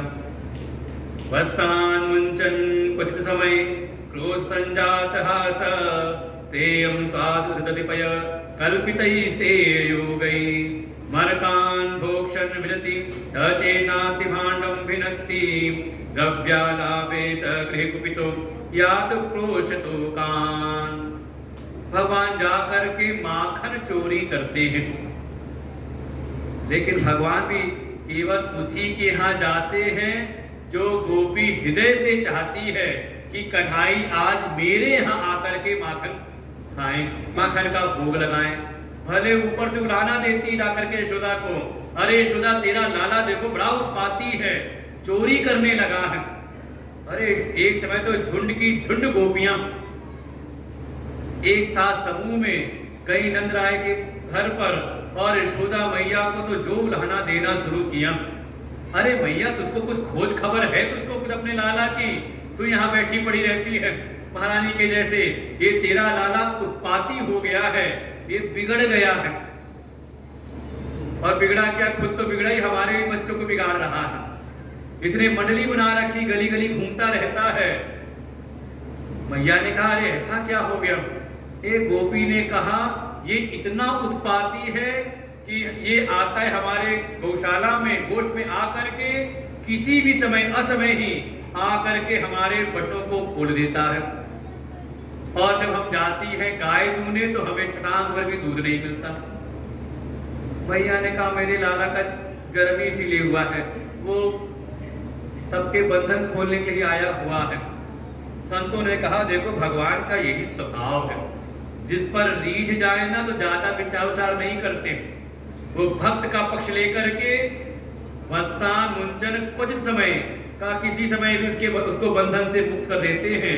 कोई शरण में आए तो भैया ने कहा अरे मान लो ऐसे आके खोल देता है बटों को, तो कभी पकड़ करके थोड़ा गुस्सा कर दिया कर, गुस्से में इसको थोड़ा डांट दिया करो तो ये डर जाएगा, दोबारा नहीं करेगा।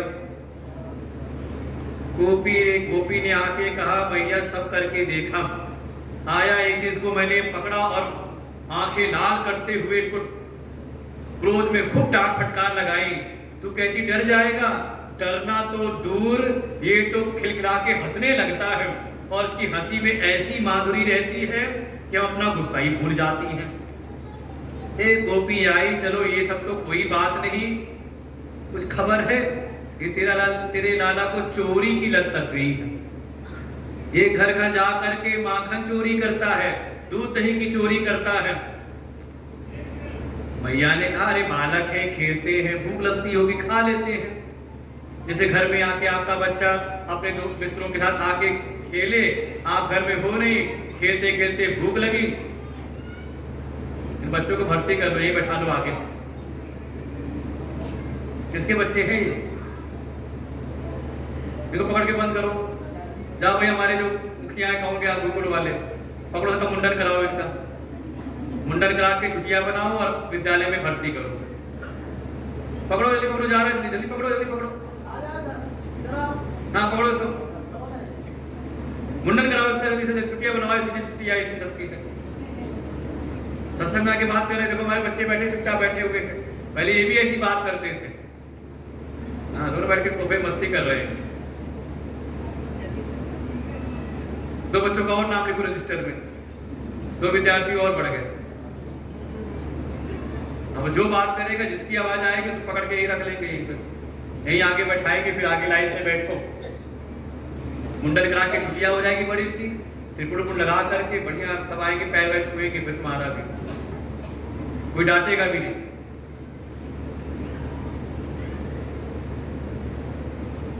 मैया ने कहा अपने माखन वखन को, मक्खन वखन, दूध दही को छुपा के रखा कर।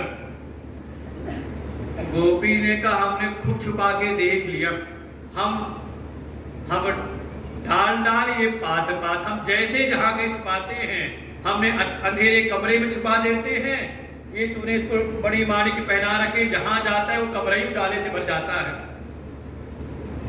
एक ने कहा मैंने तो छीके पर भी रखा, ऊपर टांग करके रखा, इसने मंडली बना रखी है, बिल्कुल सब सधे बधे से है, वो 3-4 नीचे खड़े हो जाते हैं, उसके ऊपर 2-3 खड़े होते हैं, और सबके ऊपर सबका सरदार बन करके हम जहां भी कहीं कुछ रखें ये सब खा पी जाते हैं, माखन मिश्री दूध दही जो कुछ भी रखते हैं।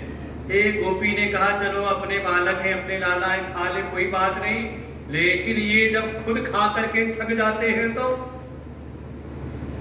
इनकी इसकी एक आवाज पे सैकड़ों बंदर इकट्ठे हो जाते हैं, बचा कुचा दूध दही माखन मिश्री ये बंदरों को खिला देते हैं। मरकान भोक्षण विरति। एक गोपी आई तो भैया ने कहा तेरे यहाँ तो गोरस होता है, तो क्या ही शिकायत करने। उसने कहा सुन तो ले मेरी बात, ये किसी घर में पहुंच जाए, मंडली के साथ पहुंचती इसकी मंडली, और पूरा घर छानने के बाद भी अगर इनको गोरस दूध दही माखन इत्यादि ना मिले तो ये बड़े क्रोधित होते हैं। क्रोध, इनको बड़ा क्रोध आता है कि ये गोकुल में मरघट में आ गए हम सब के सब, यहाँ छटाक पर भी दूध दही नहीं, तो वहां कहीं ना कहीं मलमूत्र करके चले जाते हैं, गंदा करके घर को।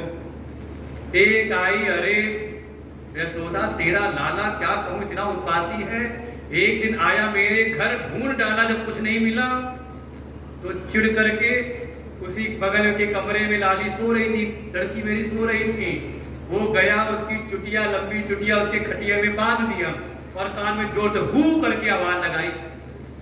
अरे वो आवाज सुन करके वो लाली तो खड़ी उठने को हुई, उसको लगा चुटिया बंधी थी, अरे भैया बचाओ, हाउ ने पकड़ लिया, हाउ ने पकड़ लिया। मैं आई बाहर से देखा तो तेरे लाला को मटके साथ भागते हुए जाके लाली को चुप कराया, अरे चुप हो जा, चुटिया उटिया खोली, ये कोई हाउ नहीं, यशोदा का हाउ घूम रहा है गली गली में। ऐसे ऐसे सारी गोपियां आकर के उलाहना देती हैं। उलाहना ऊपर मन से, हृदय का भाव तो यही है कि कन्हई मेरे घर आकर के माखन का भोग लगाए।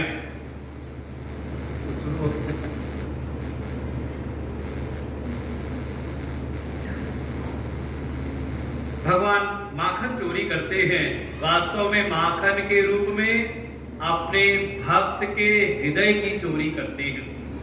संत हृदय नवनीत समाना, कोई ऐसा साधक, कोई ऐसा भक्त हो जो अपनी साधना से, अपनी भक्ति के द्वारा अपने हृदय को निर्मल करे, बिल्कुल माखन के जैसा कोमल बना ले, ऐसा कहीं हृदय हो तो भगवान कहते हैं उसको मैं बलात् स्वीकार करता हूं, कैसा भी हो। यहाँ भगवान की माखन चोरी की लीला हुई। एक दिन भगवान ने सोचा ऐसा बड़ी उलाहना देते हैं, उठाया एक मिट्टी का डेला, मिट्टी खा ली। सखाओं ने जाके मैया को खबर दी, ये कन्हई देखो मान नहीं रहा, मिट्टी खा रहा है। मैया ने उठाई छड़ी और आ करके कन्हई की को पकड़ा, कस्मान विपदान आत्मन, क्यों रे ठीक, तूने मिट्टी खाई? मैया को देख करके गुस्से में हाथ में छड़ी भी है, लगा कि आज तो बढ़िया कुटाई होगी। बचने के लिए जैसे बच्चे होते डर करके झूठ बोलते हैं, भगवान ने बिल्कुल साफ साफ झूठ बोला। श्री कृष्ण वाच नाहं भक्षितवान अम्ब सर्वे मिथ्या विसंचिनः। मैया ने कहा तूने मिट्टी खाई? कन्हैया कहते ना अहम भक्षितवान अम्ब। अरे मैया मैंने मिट्टी नहीं खाई। मैया ने कहा तेरे सब सखा कह रहे हैं, सब ये दाऊ कह रहे हैं तूने मिट्टी खाई। भगवान ने कहा सर्वे मिथ्या, ये सब झूठ बोल रहे हैं। मैया ने कहा अच्छा सब झूठ बोल रहे हैं तो झूठे हैं, तू ही हुआ सत्यवादी राजा हरिश्चंद्र।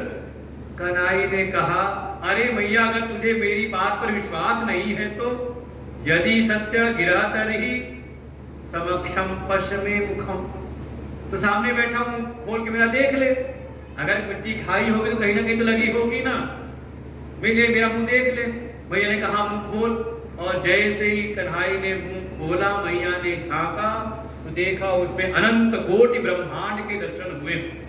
बिल्कुल आश्चर्यचकित होकर के देख रही हैं, पूरा भूमंडल दिखाई दिया उसमें, अनंत कोटि ब्रह्मांड में, उसमें ही ब्रजमंडल है।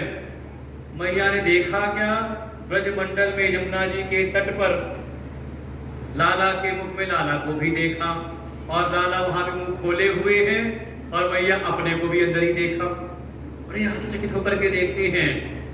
कन्हैया ने दिखा दिया देख ले मैया, अगर मैंने मिट्टी खाई तो ये गवाही देने वाले सब है ना जो आए गए तुझ पे गवाही देने, मेरी ये सब झूठ बोले सबने, मैंने मिट्टी खाई तो सब मेरे ही भीतर है, अनंत कोटि ब्रह्मांड मेरे उदर में है, मेरे भीतर समाहित है, ये सबने मिट्टी खाई। ऐसे भगवान की लीलाएं हुई। एक दिन मैया खुद दही की मटकी ले करके मन के भीतर भाव हुआ कि आज अपने हाथों से दही का मंथन करूंगी, अपने हाथों से मक्खन निकाल करके लाला को खिलाऊंगी। लगता है घर की जो दासियां हैं, सेविकाएं हैं, ठीक से भाव से मक्खन नहीं निकालती। लाला का पेट यहाँ भरता नहीं, इसीलिए जाता है दूसरों के यहाँ पर। और मैया फिर खुद बैठ गई। एकदा वेदाशीषु यशोदानंद गेहिनी कर्मांतर नियुक्तासु निर्ममंथा स्वयं दही यानि यानि हि गीतानि तद बालचरितानि च तदि निर्वतने काले स्मरन्ति तान्य गायत। और ये एक प्रकार से साधना का एक स्वरूप यहाँ प्रकट किया। मन में होता है हम कैसे भगवान की भक्ति करें, कैसे हम साधन करें। तो देखो यहाँ जो यशोदा मैया है उनके जीवन को देखें। स्वयं एक दिन जो भी घर के दासियां हैं, सेविकाएं हैं, उनको तो अन्य कर्म में लगा दिया, दूसरे कामों में लगा दिया, और स्वयं अपने कर्मों को भगवान के लिए समर्पित किया कि अपने स्वयं के कर्म से भगवान के लिए मक्खन निकालूंगे। तो कर्मांतर नियुक्तासु निर्ममंत स्वयं दधी, शरीर की सेवा लगा दी कन्हैया के लिए। देखो शरीर हो गया, शरीर करना, शरीर है तो कब से भगवान की सेवा। फिर भीतर भी तो है ना वाणी और मन, काय वांग मन। देखो साधना का ये स्वरूप है। कैसे साधन करना है, तो जो साधन मिले हुए हैं भगवान की कृपा से, उन साधनों को भगवान में लगाएं। कैसे, तो उसका क्रम बताया। पहला साधन है शरीर काय, दूसरा है वाणी, और तीसरा है भीतर मन। तो काय वांग मन कार्यमुत्तमम पूजनम जपस चिंतनम क्रमात्। ये क्रम से साधनों में इन साधनों को लगाना चाहिए। शरीर से भगवान की पूजा, भगवान की सेवा। वाणी से ये दही मथते मथते जो यशोदा है अपनी वाणी से जो जो कन्हैया की लीलाएं हुई हैं उनको गाती जा रही हैं, और साथ ही मन से उनका स्मरण कर रही हैं। तो शरीर से भगवान की सेवा, भगवान की पूजा, वाणी से भगवान के नाम का जप, भगवान की लीलाओं का वाचन, और मन के द्वारा भगवान का चिंतन। काय वांग मना कार्यमुत्तमम पूजनम जपस चिंतनम क्रमात्। का यही साधन का स्वरूप है। और ऐसे कोई कायिक, वाचिक, मानसिक तीनों प्रकार से भगवान में समर्पित हो जाए तो जो आप्त काम है, जो पूर्ण काम प्रभु हैं, उनमें भी कामना उत्पन्न हो जाती है अपने भक्त का कल्याण करने की। वो जो भगवान सोए हुए थे, उनको भूख लग गई, आ गए आंख मलते हुए, भैया भूख लगी है, दूध पिलाओ। मैया ने कहा तेरे लिए माखन निकाल रही हूँ, बैठ अभी खिलाती हूँ।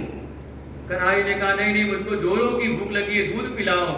तो दही मथते मथते ही अपने तनों से लगा दिया लाला को, दूध पिलाते हुए दही मथती जा रही हैं। इतने में देखा क्या, पास में ही जिस कपिला गाय का दूध पिलाया जाता था लाला को, वो दूध रखा था चूल्हे पर और उसमें उफान आया।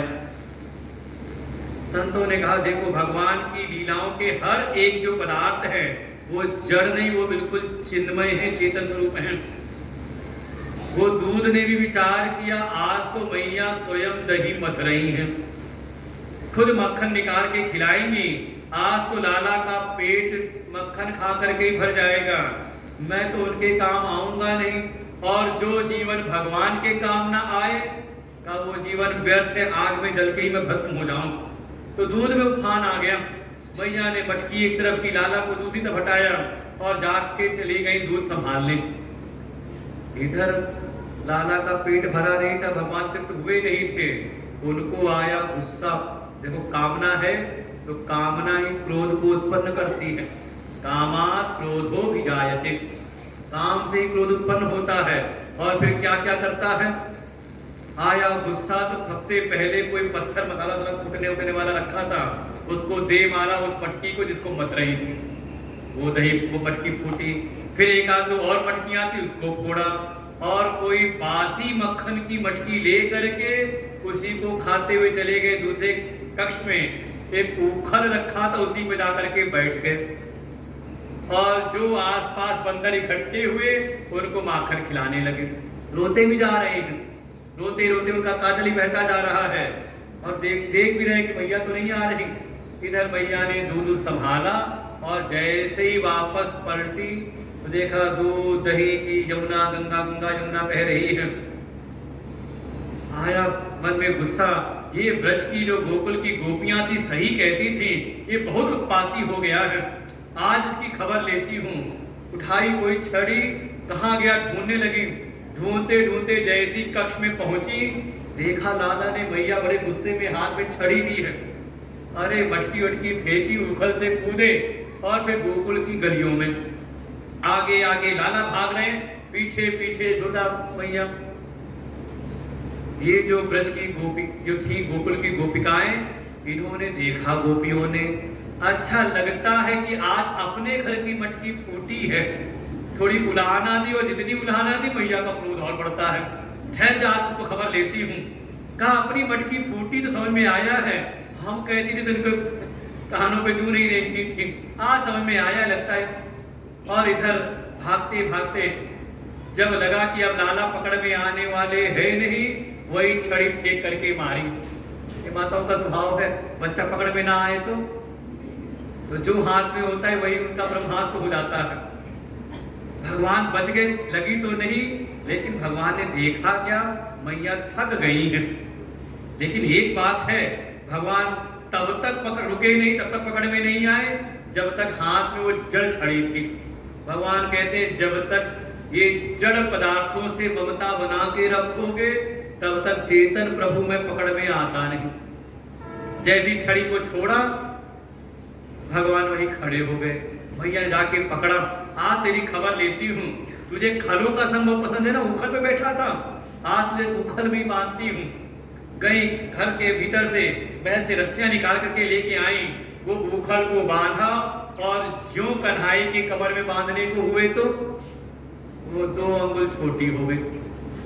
समझ नहीं आया, दूसरी रस्सी जोड़ी, फिर घुमाया कमर पे, फिर 2 अंगुल छोटी, फिर रस्सी जोड़ी, फिर घुमाया कमर में, समझ में आता है ये 2 अंगुल छोटी हो जा रही है।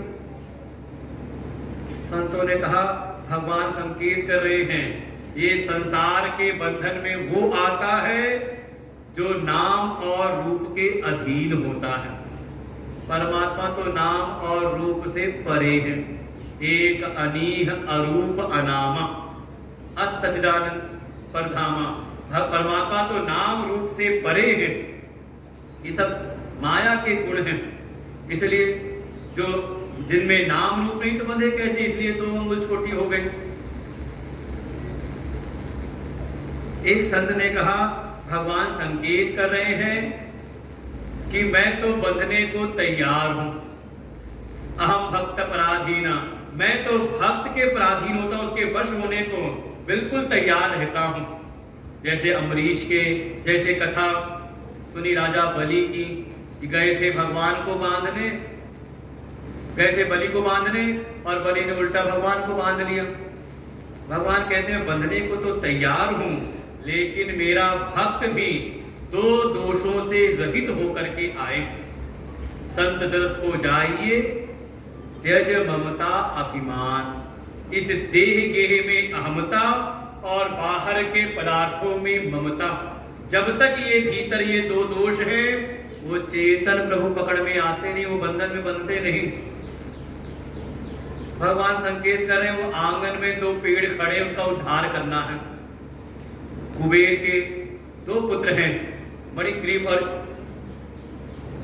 कुबेर के दो पुत्र अपना है खड़े हैं वहां पर, उनको उद्धार करना है। इसके लिए भगवान ने संकेत क्या लीला की। और फिर जब मैया ने थक करके अपनी चोटी में से कुबेर ने खोली और उससे जब बांधा तो भगवान बन जाते हैं। भगवान कहते हैं अपनेपन के भाव से। वास्तव भक्ति कुछ और नहीं, ये जो भी हम बाहर चेष्टाएं करते हैं, क्रियाएं करते हैं, जो हम उपासना कर्म करते हैं, इन सब का फल हमारे भीतर भगवान से प्रेम बढ़े, हमारे भीतर थोड़ा भगवान से अपनापन हो। भगवान मेरे हैं और मैं भगवान का हूं, ऐसा भाव हो जाए, ये संसार के पदार्थों में अमता ममता ना रहे, तो भगवान कहते हैं बंधने को तैयार हूं। जब मैया ने अपनेपन के भाव से बांधा तो भगवान बंध गए। मैया तो चली गई अपना घर में काम देखने लगी।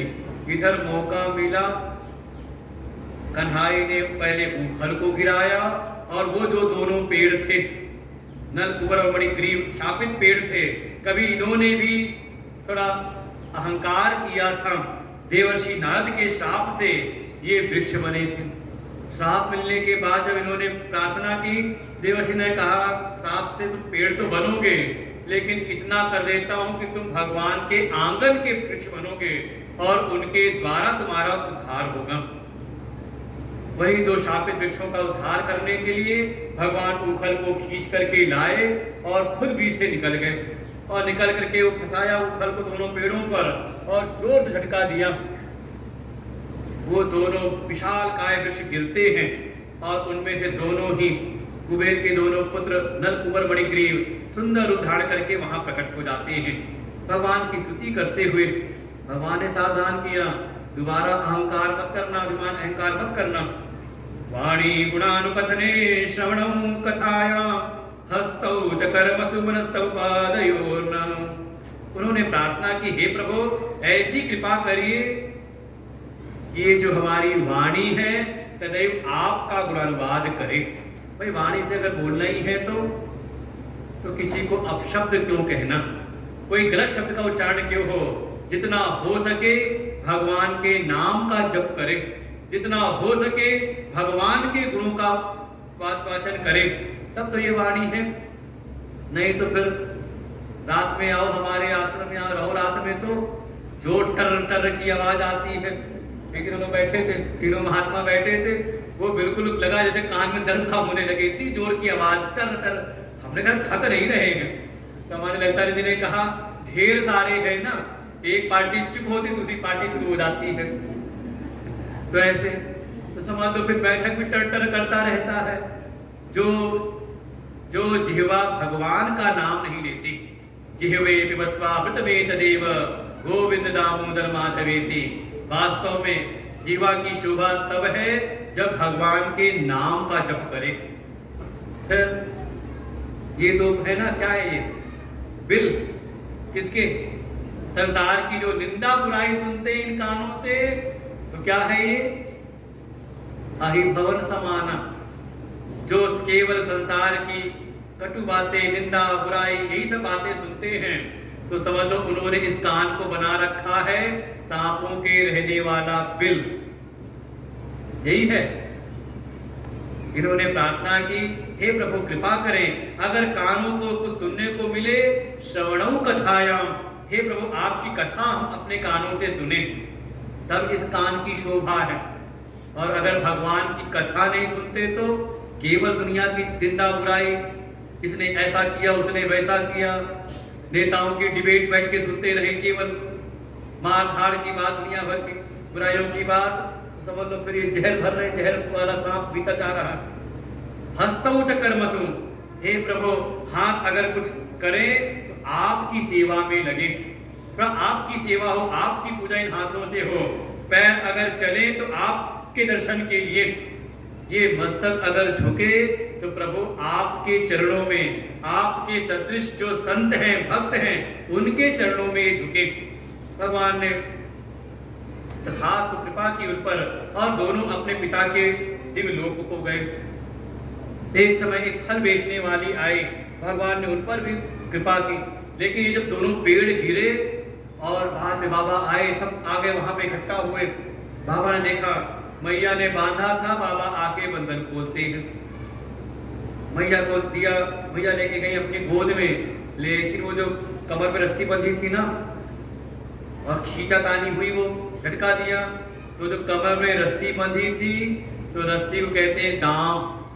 उस रस्सी के खिंचाव से भगवान के उदर पर, कमर के ऊपर उसका एक निशान बन गया और भगवान का नाम हो गया दामोदर। लेकिन इधर पंचायत बैठी, सारे जितने भी श्रेष्ठ गोप लोग हैं सब बैठे, सबने विचार किया, देखो आए दिन हमारे लाला के ऊपर कोई ना कोई उत्पात होता है, ये तो भगवान की कृपा है कि कभी कोई अनिष्ट नहीं हुआ। लेकिन अब यहाँ रहना ठीक नहीं, जहाँ हमारे लाला के ऊपर कोई संकट आए वहां हमें नहीं रहना। सबने विचार किया, चलते हैं पास में ही एक वन है, वनम वृंदावनम नामा पशव्यम नवकाननम, जहाँ नए नए वृक्ष हैं, कोपले हैं, अलग बृहस्पति वहां वनस्पतियां हैं, हम सब चल के वहीं पर निवास करते हैं। अरे वहां तो गोवर्धन जी हैं, वहां नए नए सरोवर हैं, कुंड हैं, हम सब चल करके वहीं पर निवास करते हैं। और सबने अपने घर गृहस्थी की सामग्री को बैलगाड़ियों पर रखा और सब चल पड़े वृंदावन की ओर। श्री कृष्ण गोविंद हरे मुरारी, हे नाथ नारायण वासुदेव।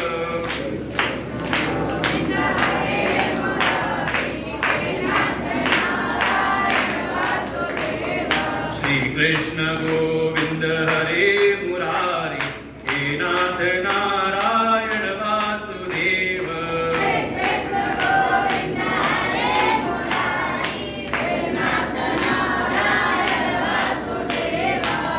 कृष्ण गोविंद हरे मुरारी, हे नाथ नारायण वासुदेव।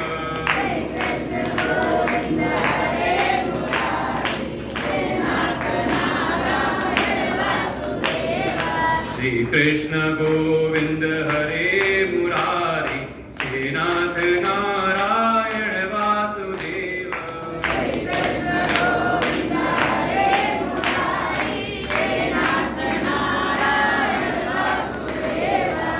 कृष्ण गोविंद हरे मुरारी, हे नाथ नारायण वासुदेव।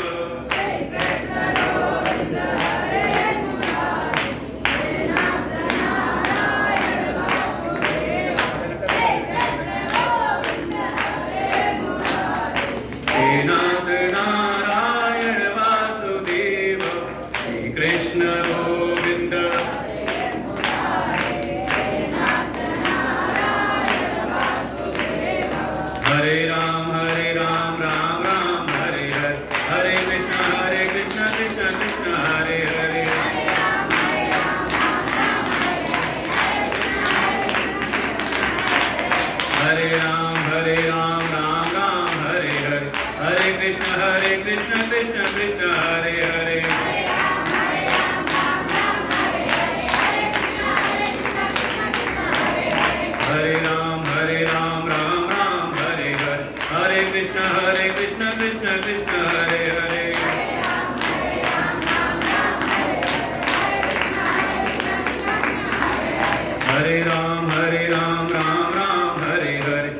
कृष्ण कृष्ण कृष्ण हरे हरे।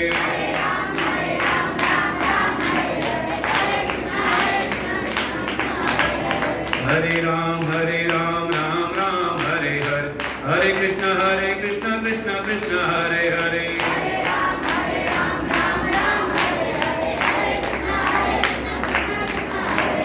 हरे राम राम राम हरे हरे। हरे कृष्ण कृष्ण कृष्ण हरे हरे।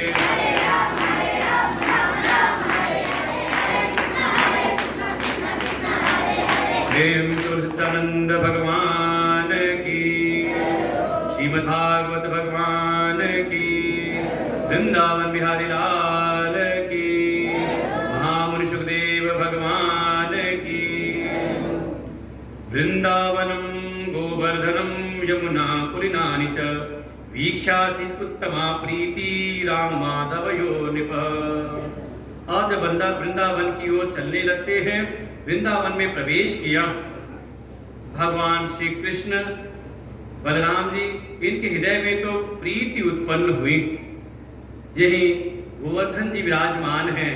यही पास में ही एक गांव है, नाम है बरसाना, जहां वृषभानुजु और कीर्तिराज जी के यहाँ पर भगवान की आराधनी शक्ति राधा जी का प्राकट्य हुआ है।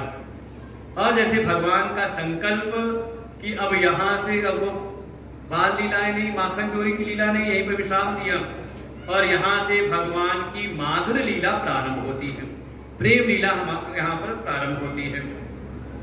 लेकिन प्रेम लीला प्रारंभ करनी हो तो प्रेम के जो जो दोष हैं उनका भी निवारण करना है। तो सबसे पहले भगवान अपने सखाओं के साथ जब जाते हैं बछड़े को चराने के लिए, तो एक समय उनके बछड़ों के समूह में ही एक दैत्य आ गया बछड़े का रूप बना करके, नाम है उसका वत्सासुर। भगवान गए खेल खेल में, उसके पीछे के पैर पकड़े और जोर से आगे घुमाया, और जहां 2-4 बार घुमाया वो आ गया अपने असली रूप में। और जैसे असली रूप में आया, एक वृक्ष पे दे मारा, वत्सासुर का हो गया वध। गोविंदाय नमो नमः। वत्सासुर कहा ये है ममत्व, ये भीतर अगर ममता है, कोई अगर अभी देह गेह में ही ममत्व में पड़ा हो तो भगवान के प्रेम का पात्र नहीं बनता। भगवान ने ममता का नाश किया, वत्सासुर का वध किया। एक समय भगवान खेल रहे थे सखाओं के साथ में, एक आ गया बड़ा सा बगुला, बगुले के रूप में आया असुर, नाम है बकासुर। इसकी बहन को तो पहले निपटा चुके थे, बकी को, पूतना को। अब ये आया प्रतिशोध देने के लिए बगुले के रूप में, बड़ा सा बगुला बना हुआ है। जैसे ही सब सखाओं के साथ भगवान गए पास में, इसने मौका देखा और कन्हई को अपनी चोंच में पकड़ लिया और चोंच पे लेके निकल गया। भगवान भीतर गए, जाके अपनी अग्नि प्रकट की। उसको बगुले को लगा जैसे जलता हुआ कोई अंगारा निकला हो, वापस उलट दिया। और भगवान भी बाहर निकलते हैं, युद्ध होता है, और भगवान ने बकासुर का भी कर दिया गोविंदाय नमो नमः। बकासुर का वध, बकासुर माने, अच्छा मान लो आपका नाम पुकारे और आपकी महिमा में कहे, अरे ये हमारे क्षेत्र के बगुला भगत है, खुश हो गए कि नहीं? बगुला माने तो समझ, बोले गुरुदेव भगवान की जय। श्री कृष्ण गोविंद हरे मुरारी, हे नाथ नारायण वासुदेव। श्री कृष्ण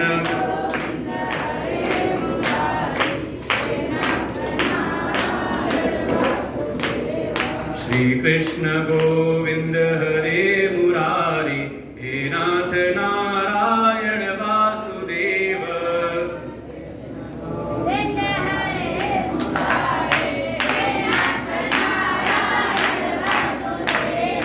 बोले सच्चिदानंद भगवान की, राधा कृष्ण भगवान की, सद्गुरुदेव भगवान की। सवई बको नाम महान असुरोपक रूप धृक, वो बगुले के रूप में आया, भगवान ने उसका भी किया वध। बकासुर का बकासुर है दंभ का स्वरूप, भीतर कुछ और बाहर कुछ और, होता तो नहीं ऐसे। कोई सामने आया और फूटी आंख नहीं सुहाया, लेकिन कहा रे हम अभी आपका ही ध्यान कर, आप ही की चर्चा कर रहे थे। मान लो सारा पूछते क्या चर्चा कर रहे थे, तो भीतर तो भाव है नहीं। किसी को कहा दम्भ, भगवान को दम्भ प्रिय नहीं, भगवान को दिखावा प्रिय नहीं, भीतर के भाव को भगवान देखते हैं। ऐसी कुछ दिन और लीला हुई, भगवान के सामने एक आया अघासुर अजगर के रूप में, भगवान ने उसका भी वध किया। अघासुर कहा ये जो पाप वासनाएं हैं, पाप वृत्तियां हैं, यही है अघासुर। भगवान ने उसका वध किया। भगवान थोड़े बड़े हुए, 6 वर्ष के लगभग हुए। एक समय भगवान ने बांसों के झुरमुट से एक बांस काटा, उसको अग्नि में तपाया, उसमें छिद्र किए और फिर भगवान वेणु वादन करते, बांसुरी बजाते हैं। और भगवान की जो बांसुरी है उसकी माधुरी ऐसी कि जो चेतन है वो स्तब्ध हो जाते, जड़वत हो जाते हैं, और जो जगत के जड़ हैं कहा वो चेतनवत हो जाते हैं। ऐसी भगवान की बांसुरी की मधुरता। एक समय भगवान के सखा आए उनके पास में, कहा अरे कन्हई, ये पास में श्री रामा नाम गोपालो राम केशव यो सखा। कोई और श्री रामा आए पास में, अरे कन्हई ये पास में बहुत बढ़िया एक वन है जहां ताल के वृक्ष हैं, उसके बड़े मधुर फल होते हैं। भगवान ने कहा जाओ तोड़ करके ले आओ, सब खाते हैं। श्री रामा ने कहा अरे कन्हई वहां का एक रक्षक है, रखवाली करता है, और वो ऐसा है कि ना तो खुद खाता है वहां के फलों को, और कोई जाए तो उसको खाने भी नहीं देता। भगवान ने कहा फिर गधा होगा, फिर गधा धेनुकासुर, जो ना खुद खाए और ना किसी को खाने दे। क्या है? कहा परिग्रह की वृत्ति, संग्रह परिग्रह की वृत्ति जब बहुत ज्यादा मन में बैठ जाती है तो फिर वो भगवान की भक्ति में नहीं आता, फिर उसका मन भगवान में कम लगता है। ये जितना संग्रह परिग्रह बढ़ा रखा है, दिन रात उसी को बनाए रखने का चिंतन करता रहता है। भगवान कहते ये संग्रह परिग्रह परिग्रही भाव विचार वाला कोई है तो मुझको प्रिय नहीं। भगवान ने धेनुकासुर का वध कराया। एक दिन भगवान ने अपने सखाओं के साथ में एक खेल खेला।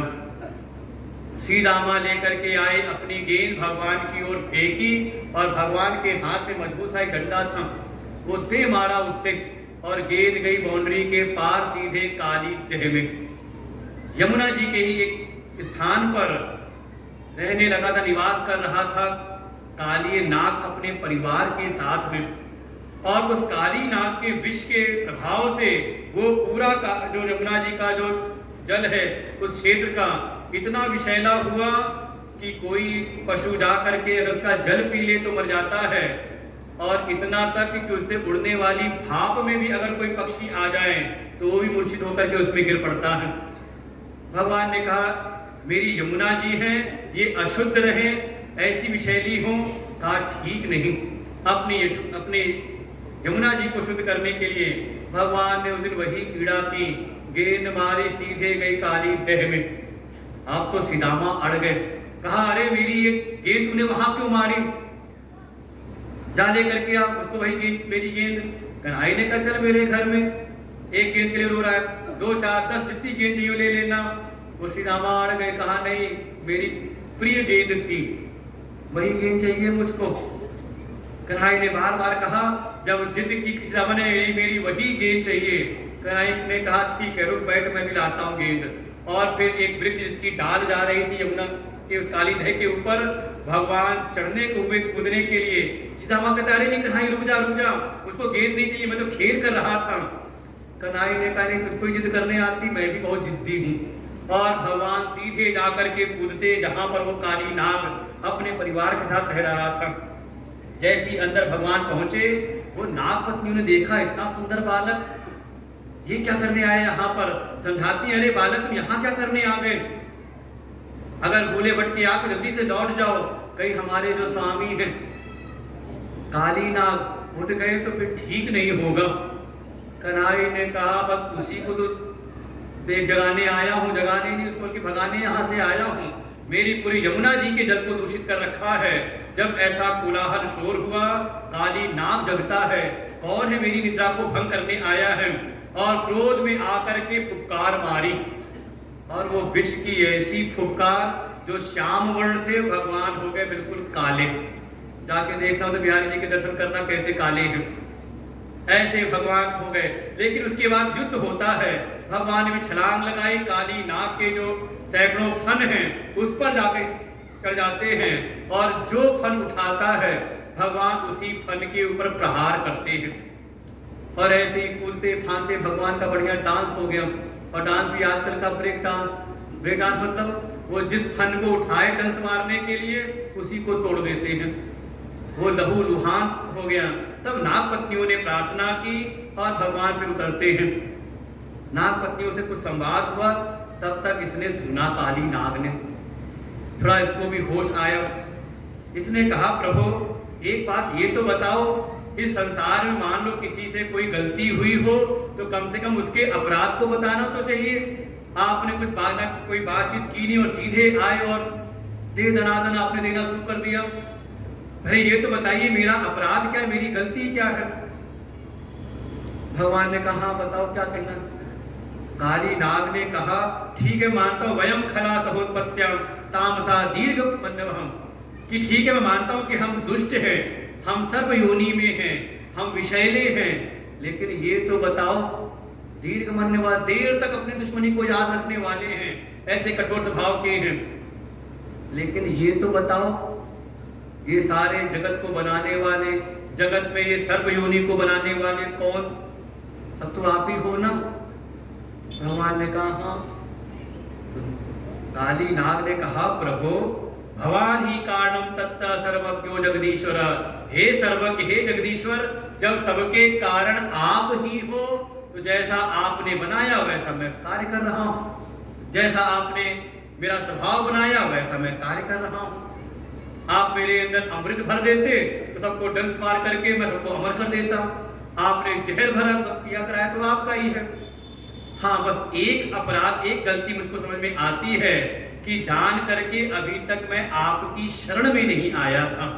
प्रभु मैं आपकी शरण में हूं, अब तो आप चाहो तो अनुग्रहम निग्रहम वा मन से तत्रेहना, अब आप चाहे मुझ पर अपनी कृपा करो और चाहे मुझ मेरा निग्रह कर दो, चाहे आप मुझको दंड दो, दोनों मर्जी आपकी, मैं आपकी शरणागत हूं। भगवान ने शरणागत आए काली नाग का वध नहीं किया। देखो बाकी सब शरण में नहीं आए तो सबको निपटा दिया। भगवान कहते हैं कोई पापी से पापी भी अगर मेरी शरण में आ जाए पश्चाताप करते हुए तो उसके सारे पापों को तत्क्षण में नष्ट कर देता हूं। भगवान ने आज्ञा दी ठीक है अब यहां रहना ठीक है नहीं, चले जाओ रमणक द्वीप में, द्वीपम रमणकम हित्वा, यहाँ इस काली तह को छोड़ करके चले जाओ रमणक द्वीप में, वहां जाकर के तुम निवास करो। वो काली नाग ने कहा प्रभु यहाँ आने के पहले वही रहता था अपने कुल परिवार के साथ में, लेकिन वहां पर कभी कभी लंच टाइम में भोजन के समय आ जाते थे आपके वाहन गरुड़ जी, और जो मिल जाए उसको चट कर जाते थे। एक समय मेरा ही परिवार का नंबर लगा था तो ही जान बचा करके यहाँ पर आया हूँ, क्योंकि शौभरी ऋषि के श्राप से गरुड़ जी का यहाँ प्रवेश वर्जित है, इसीलिए उनसे छुप करके तो यहाँ रह रहा था। भगवान ने कहा अब चिंता ना करो, जाके स्वच्छंद होकर के वहां विहार करो विचरो। अब अगर गरुड़ भी आएंगे तो तुमको देख करके अब तुम पर प्रहार नहीं करेंगे, क्योंकि तुम्हारे मस्तक पर मेरे चरण चिन्ह की छाप पड़ गई है। अब वो देखते ही समझ जाएंगे कि तुम मेरे कृपा पात्र हो, इसलिए जाओ जाकर के रमण द्वीप में रमण करो। भगवान संकेत करते हैं। संतों ने भी कहा कि इस संसार में जो प्राणी है कुछ तो ऐसे है पता नहीं चलता। वैसे संतों ने कहा था, दृष्टांत तो दिया था कि जैसे मोहल्ले में कुत्ते घूमते हैं तो दो प्रकार के कुत्ते होते हैं। आज खूब सोशल मीडिया पे चला हुआ है डॉग लवर, कुत्ते से प्रेम करने वाले। तो दो प्रकार के कुत्ते होते हैं, एक तो कुत्ता है वो आवारा है, पता नहीं चलता किसका है क्या है, तो जहां कहीं वैसा कुत्ता दिखे तो लोग डंडा उठा के पथौड़ा के मारते हैं। लेकिन किसी कुत्ते के गले में अगर पट्टा पड़ा हो तो मारने वाला जैसी समझ जाती है पट्टा है तो उसको समझ में आता है ये जरूर किसी का पालतू कुत्ता है, अगर इसको मारा तो इसका जो मालिक है आकर के झगड़ा करेगा, लड़ाई करेगा। तो ऐसे ही संतों ने कहा संसार में भी बहुत सारे भक्त हैं, लेकिन कुछ तो ऐसे पता ही चलता किसके भक्त हैं। स्वच्छंद घूमते रहते, मनमानी जीवन जीते रहते हैं, लेकिन यहीं पर कुछ ऐसे हैं जिनके गले में कोई पट्टा वट्टा पड़ा रहता है। कहीं तुलसी की माला है, किसी गले में रुद्राक्ष की माला है, कोई तिलक लगाए हुए हैं, त्रिपुंड लगाए हैं, कोई उर्धपुंड लगाए हुए हैं, कोई ना कोई चिन्ह धारण करते हैं। तो जो ऐसे अगर कोई चिन्ह धारण करने वाले हैं तो भूले भटके अगर यमराज के दूत आ जाए तो जिन पर कोई पट्टा ना हो, कोई चिन्ह ना हो, उनको उठा के ले जाते हैं। लेकिन कोई ऐसा हो जिसके गले में कोई पट्टा वट्टा हो, कोई चिन्ह विन्ह माथे पर लगा हो, तो भूल करके भी अपना यम पास नहीं डालते। भगवान ने काली पर कृपा की। एक समय एक दैत्य आया, प्रलंबासुर, गोप रूप में ही आया। वो बलराम जी को उठा करके उड़ने लगता है। बलराम जी ने उसका भी उद्धार किया।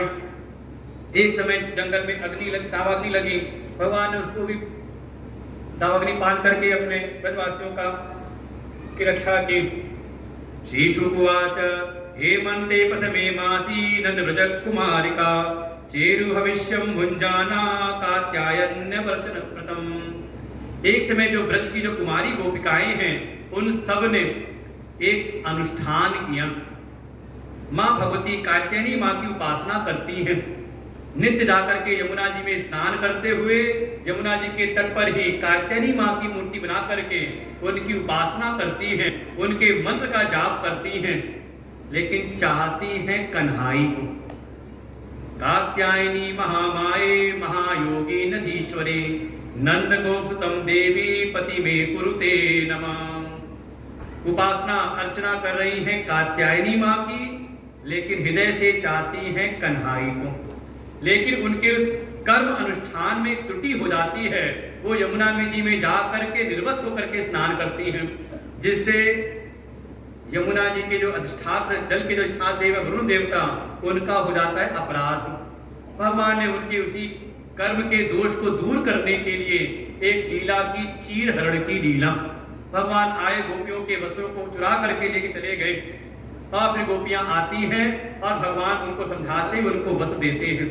ऐसे भगवान ने चीरहरण की लीला की गोपियों पर कृपा करने के लिए। वास्तव में वो गोपियां केवल कन्हाई को ही चाहती थी, और वास्तव में जैसा पूज्य गुरुदेव भगवान से हम लोग हमेशा श्रवण करते हैं कि जैसे शरीर पर आवरण डालता है वस्त्र, तो वस्त्र कोई कहते हैं वसन।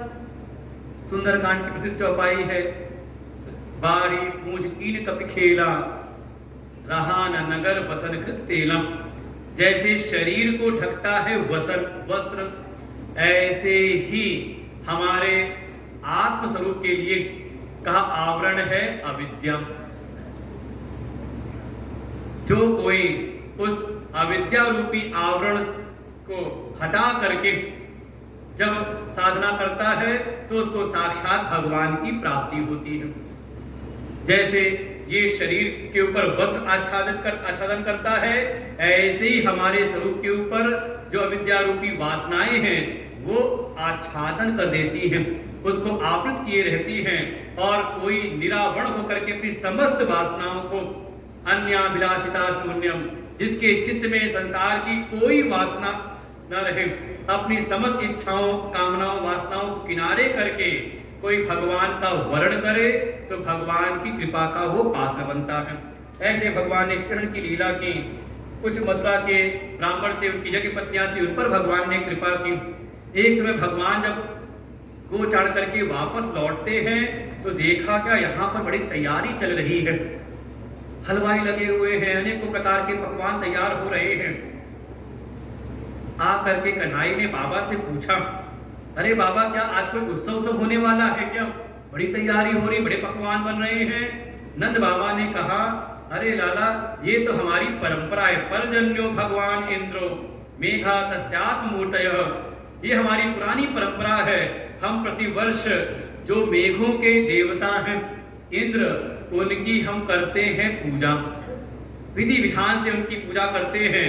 तब वे इंद्र देवता प्रसन्न होकर के मेघों को आज्ञा देते, मेघ वर्षा करते हैं। तो हमें वनस्पतियां, फल, कंद मूल फल और हमारे सरोवरों में जल हमें प्राप्त होता है। इसीलिए उन्हीं की पूजा अनुष्ठान के लिए तैयारियां हो रही हैं और भगवान यहाँ पर सीधे हो जाते हैं कर्म मीमांसक। कुछ देवराज जो इंद्र हैं, इस समय उनका कुछ मान बढ़ा हुआ था और भगवान का प्रण है, जन अभिमान न राखे काहू ईश्वरस्यापि अभिमानात् द्वेषित्वात्। भगवान को अभिमान प्रिय नहीं है, तो देवराज इंद्र के मान का मर्दन करने के लिए भगवान ने एक लीला की। ये जो देवराज इंद्र की पूजा की तैयारी चल रही थी, भगवान ने ऐसा समझाया बाबा को, अरे कोई देवता होता ईश्वर नहीं होते, कर्म ना जायते जंतु कर्मणैव विलीयते। ये जो भी जीव का जन्म मृत्यु और जन्म मृत्यु के लिए जो भी कुछ उसको प्राप्त होता है, सुखम दुखम भयम क्षेमम, ये जो कुछ उसको प्राप्त होता है सब उसके कर्मों का परिणाम है। और कोई अगर भगवान है तो अस्ति चेत ईश्वर कश्चित फल रूप अन्न कर्मणा, अगर कोई ईश्वर भी है तो वो भी कर्म के अनुसार ही फल प्रदान करते हैं, और ना करें तो समझ उनकी सत्ता भी संदिग्ध हो जाती है। इसलिए कोई अगर आपको पूजा ही करनी है तो वास्तव में हम सबके ऊपर साक्षात कृपा हो रही है। ये साक्षात प्रकट रूप में विराजमान है हमारे गिरिराज जी, गोवर्धन जी विराजमान हैं, जिन पर हमारी गौएं चरती हैं, उनको वनस्पतियां प्राप्त होती हैं, वहां जो कुंड है, सरोवर हैं, उनसे हमें जल की प्राप्ति होती है, हमें कंद मूल फल अन्न इत्यादि सब कुछ वहां से प्राप्त होता है। ये तो साक्षात कृपा कर रहे हैं। अगर पूजा ही करनी है तो इनकी करो। वो बाबा को समझ में आया नहीं। कन्हई ने कहा ठीक है, आप मेरी बात समझना आती हो तो ये अपने गुरुजी है ना शांडिल्य ऋषि, जाके इनसे पूछ लो। गए बाबा शांडिल्य ऋषि के पास में। ये शांडिल्य ऋषि एक बार दर्शन कर चुके थे भगवान की महिमा के, कभी गए थे भिक्षा लेने के लिए, तो भगवान इनको अपना दर्शन कराया था। शांडिल्य ऋषि ने कहा, अरे नंद, ये कन्हई जो कहता है सो ठीक है।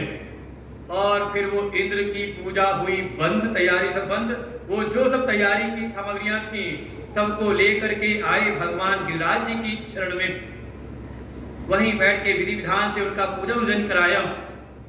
और जब पूजा वूजा संपन्न हुई तो भगवान सबकी श्रद्धा को बढ़ाने के लिए गिरिराज से तादात्म्य किया और साक्षात प्रकट हो गए। बोले गिरिराज भगवान की साक्षात प्रकट हो गए। जितने वो 56 प्रकार के वो सब भोग लगाए गए थे, धीरे धीरे करके भगवान सब ग्रहण करने लगे।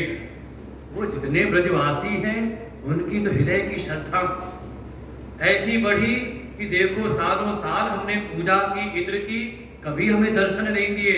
ये गिरिराज जी तो कितने अच्छे स्वभाव के हैं, कितने कृपालु हैं। पहली बार ही हमने पूजा क्यों निवेदित की और साक्षात प्रकट हो गए। वो श्री रामा देखता है एक बार कन्हई को, एक बार गिरिराज जी को जो प्रकट हुए हैं। कहा, अरे कन्हई ये तो बिल्कुल तेरे जैसे लगते देखने को। भगवान ने लाइट काट दी, कहा कि भेद मत खोल। श्री कृष्ण गोविंद हरे मुरारी, नाथ नारायण वासुदेव।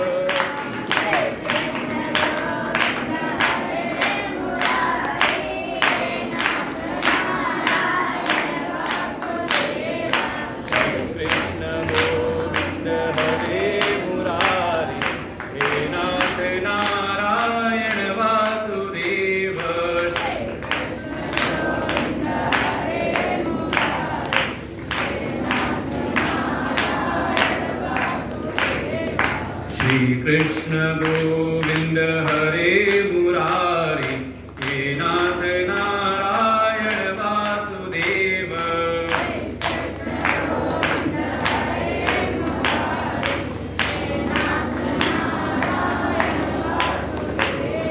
सच्चिदानंद भगवान की।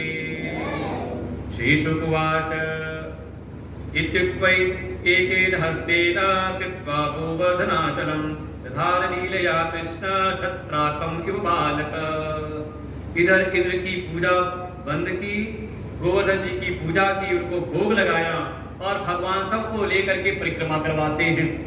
और उसी दिन विधान बना दिया कि जो कोई भी गिरिराज जी की परिक्रमा करेगा और अपने मन को मुझ में लगाते हुए मेरे नाम का जप करते हुए उसके मन की जो मनोकामना होगी मैं स्वयं उसकी मनोकामनाओं को शीघ्र पूरा करूंगा। सबसे गोवर्धन जी प्रकट देवता वहां पे विराजमान है। इधर इंद्र की पूजा बंद हुई, देवर्षि नाथ पहुंचे इंद्रलोक और जाके इंद्र को खबर दी तो यहाँ भोग विलास में नृत्य गायन में तू मदमस्त हो रहा है, उधर देखो ब्रजवासियों ने तुम्हारी पूजा पाठ करना भी बंद कर दिया। अरे पता कराया, देखा अच्छा सही बंद कर दिया। अपने मेघों को आज्ञा दी, जाओ जा करके इतना जोर से जा करके परसो कि ये सारा ये जो ब्रज है ये सारा ब्रजमंडल ही बह जाए। सारे मेघ आकर के दिन में ही ऐसे छा गए, लगा जैसे दिन में ही रात्रि हो गई हो। और जो घनघोर वर्षा होने लगी, दिन में ही ऐसी आंधी चलने लगी, घनघोर अंधकार हो गया, इतनी घनघोर वर्षा होने लगी। सारे ब्रजवासी आए नंद बाबा के पास में, ये देखो आपके कहने पर हमने इंद्र की पूजा बंद की, लगता है इंद्र देवता क्रोधित हो गए हैं, उनके कोप से हमें कौन बचाएगा। भगवान सामने आते, चिंता ना करिए, जिनकी पूजा की है, जिनकी आराधना की है, चलिए उनकी शरण में चलते हैं। और भगवान आए सबको लेके राज्य की तलहटी में, और देखते ही देखते जैसे कोई बालक, छोटा बालक, वो बरसात में उगने वाला जो छत्र होता है, इधर उधर कहीं ना कहीं उग जाता है, जैसे कोई छोटा बालक उसको उठा करके भागता है, ऐसे ही सबके देखते देखते ही भगवान ने गिरिराज जी को अपने हाथों पर धारण कर लिया। बोले गिरिराधरण भगवान की। 7 दिन तक घनघोर वर्षा होती रही और भगवान ऐसे ही गिरिराज जी को धारण किए रहे, सबकी रक्षा हुई। 7वें दिन सारे मेघों का जल समाप्त हुआ, इंद्र का मान टूटता है। आया भगवान की शरण में, एकांत में भगवान पाके भगवान की पूजा अर्चना की और भगवान ने इंद्र को भी समझाया। आगे हम लोग की कथा कल सुनते हैं। आज गिरिराज जी का पूजन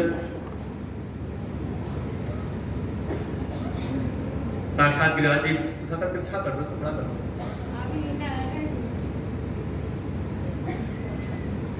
गिरिराज धरण की। आज साक्षात गुरुदेव भगवान की हम लोग को सुबह भी कृपा प्राप्त हुई थी। सुबह के स्वाध्याय के बाद कुछ गुरुदेव भगवान ने अपने आशीर्वचनों के द्वारा हम सबका मार्गदर्शन किया था। इसमें पुनः कुछ गुरुदेव भगवान व्यासपीठ पर विराजमान है, उनसे हम सभी की तरफ से करबद्ध निवेदन है कि वो हम सब पर कृपा करते हुए अपने आशीर्वचनों की कुछ अमृत बूंदे हम सबको प्रदान करें। परम पूज्य गुरुदेव भगवान।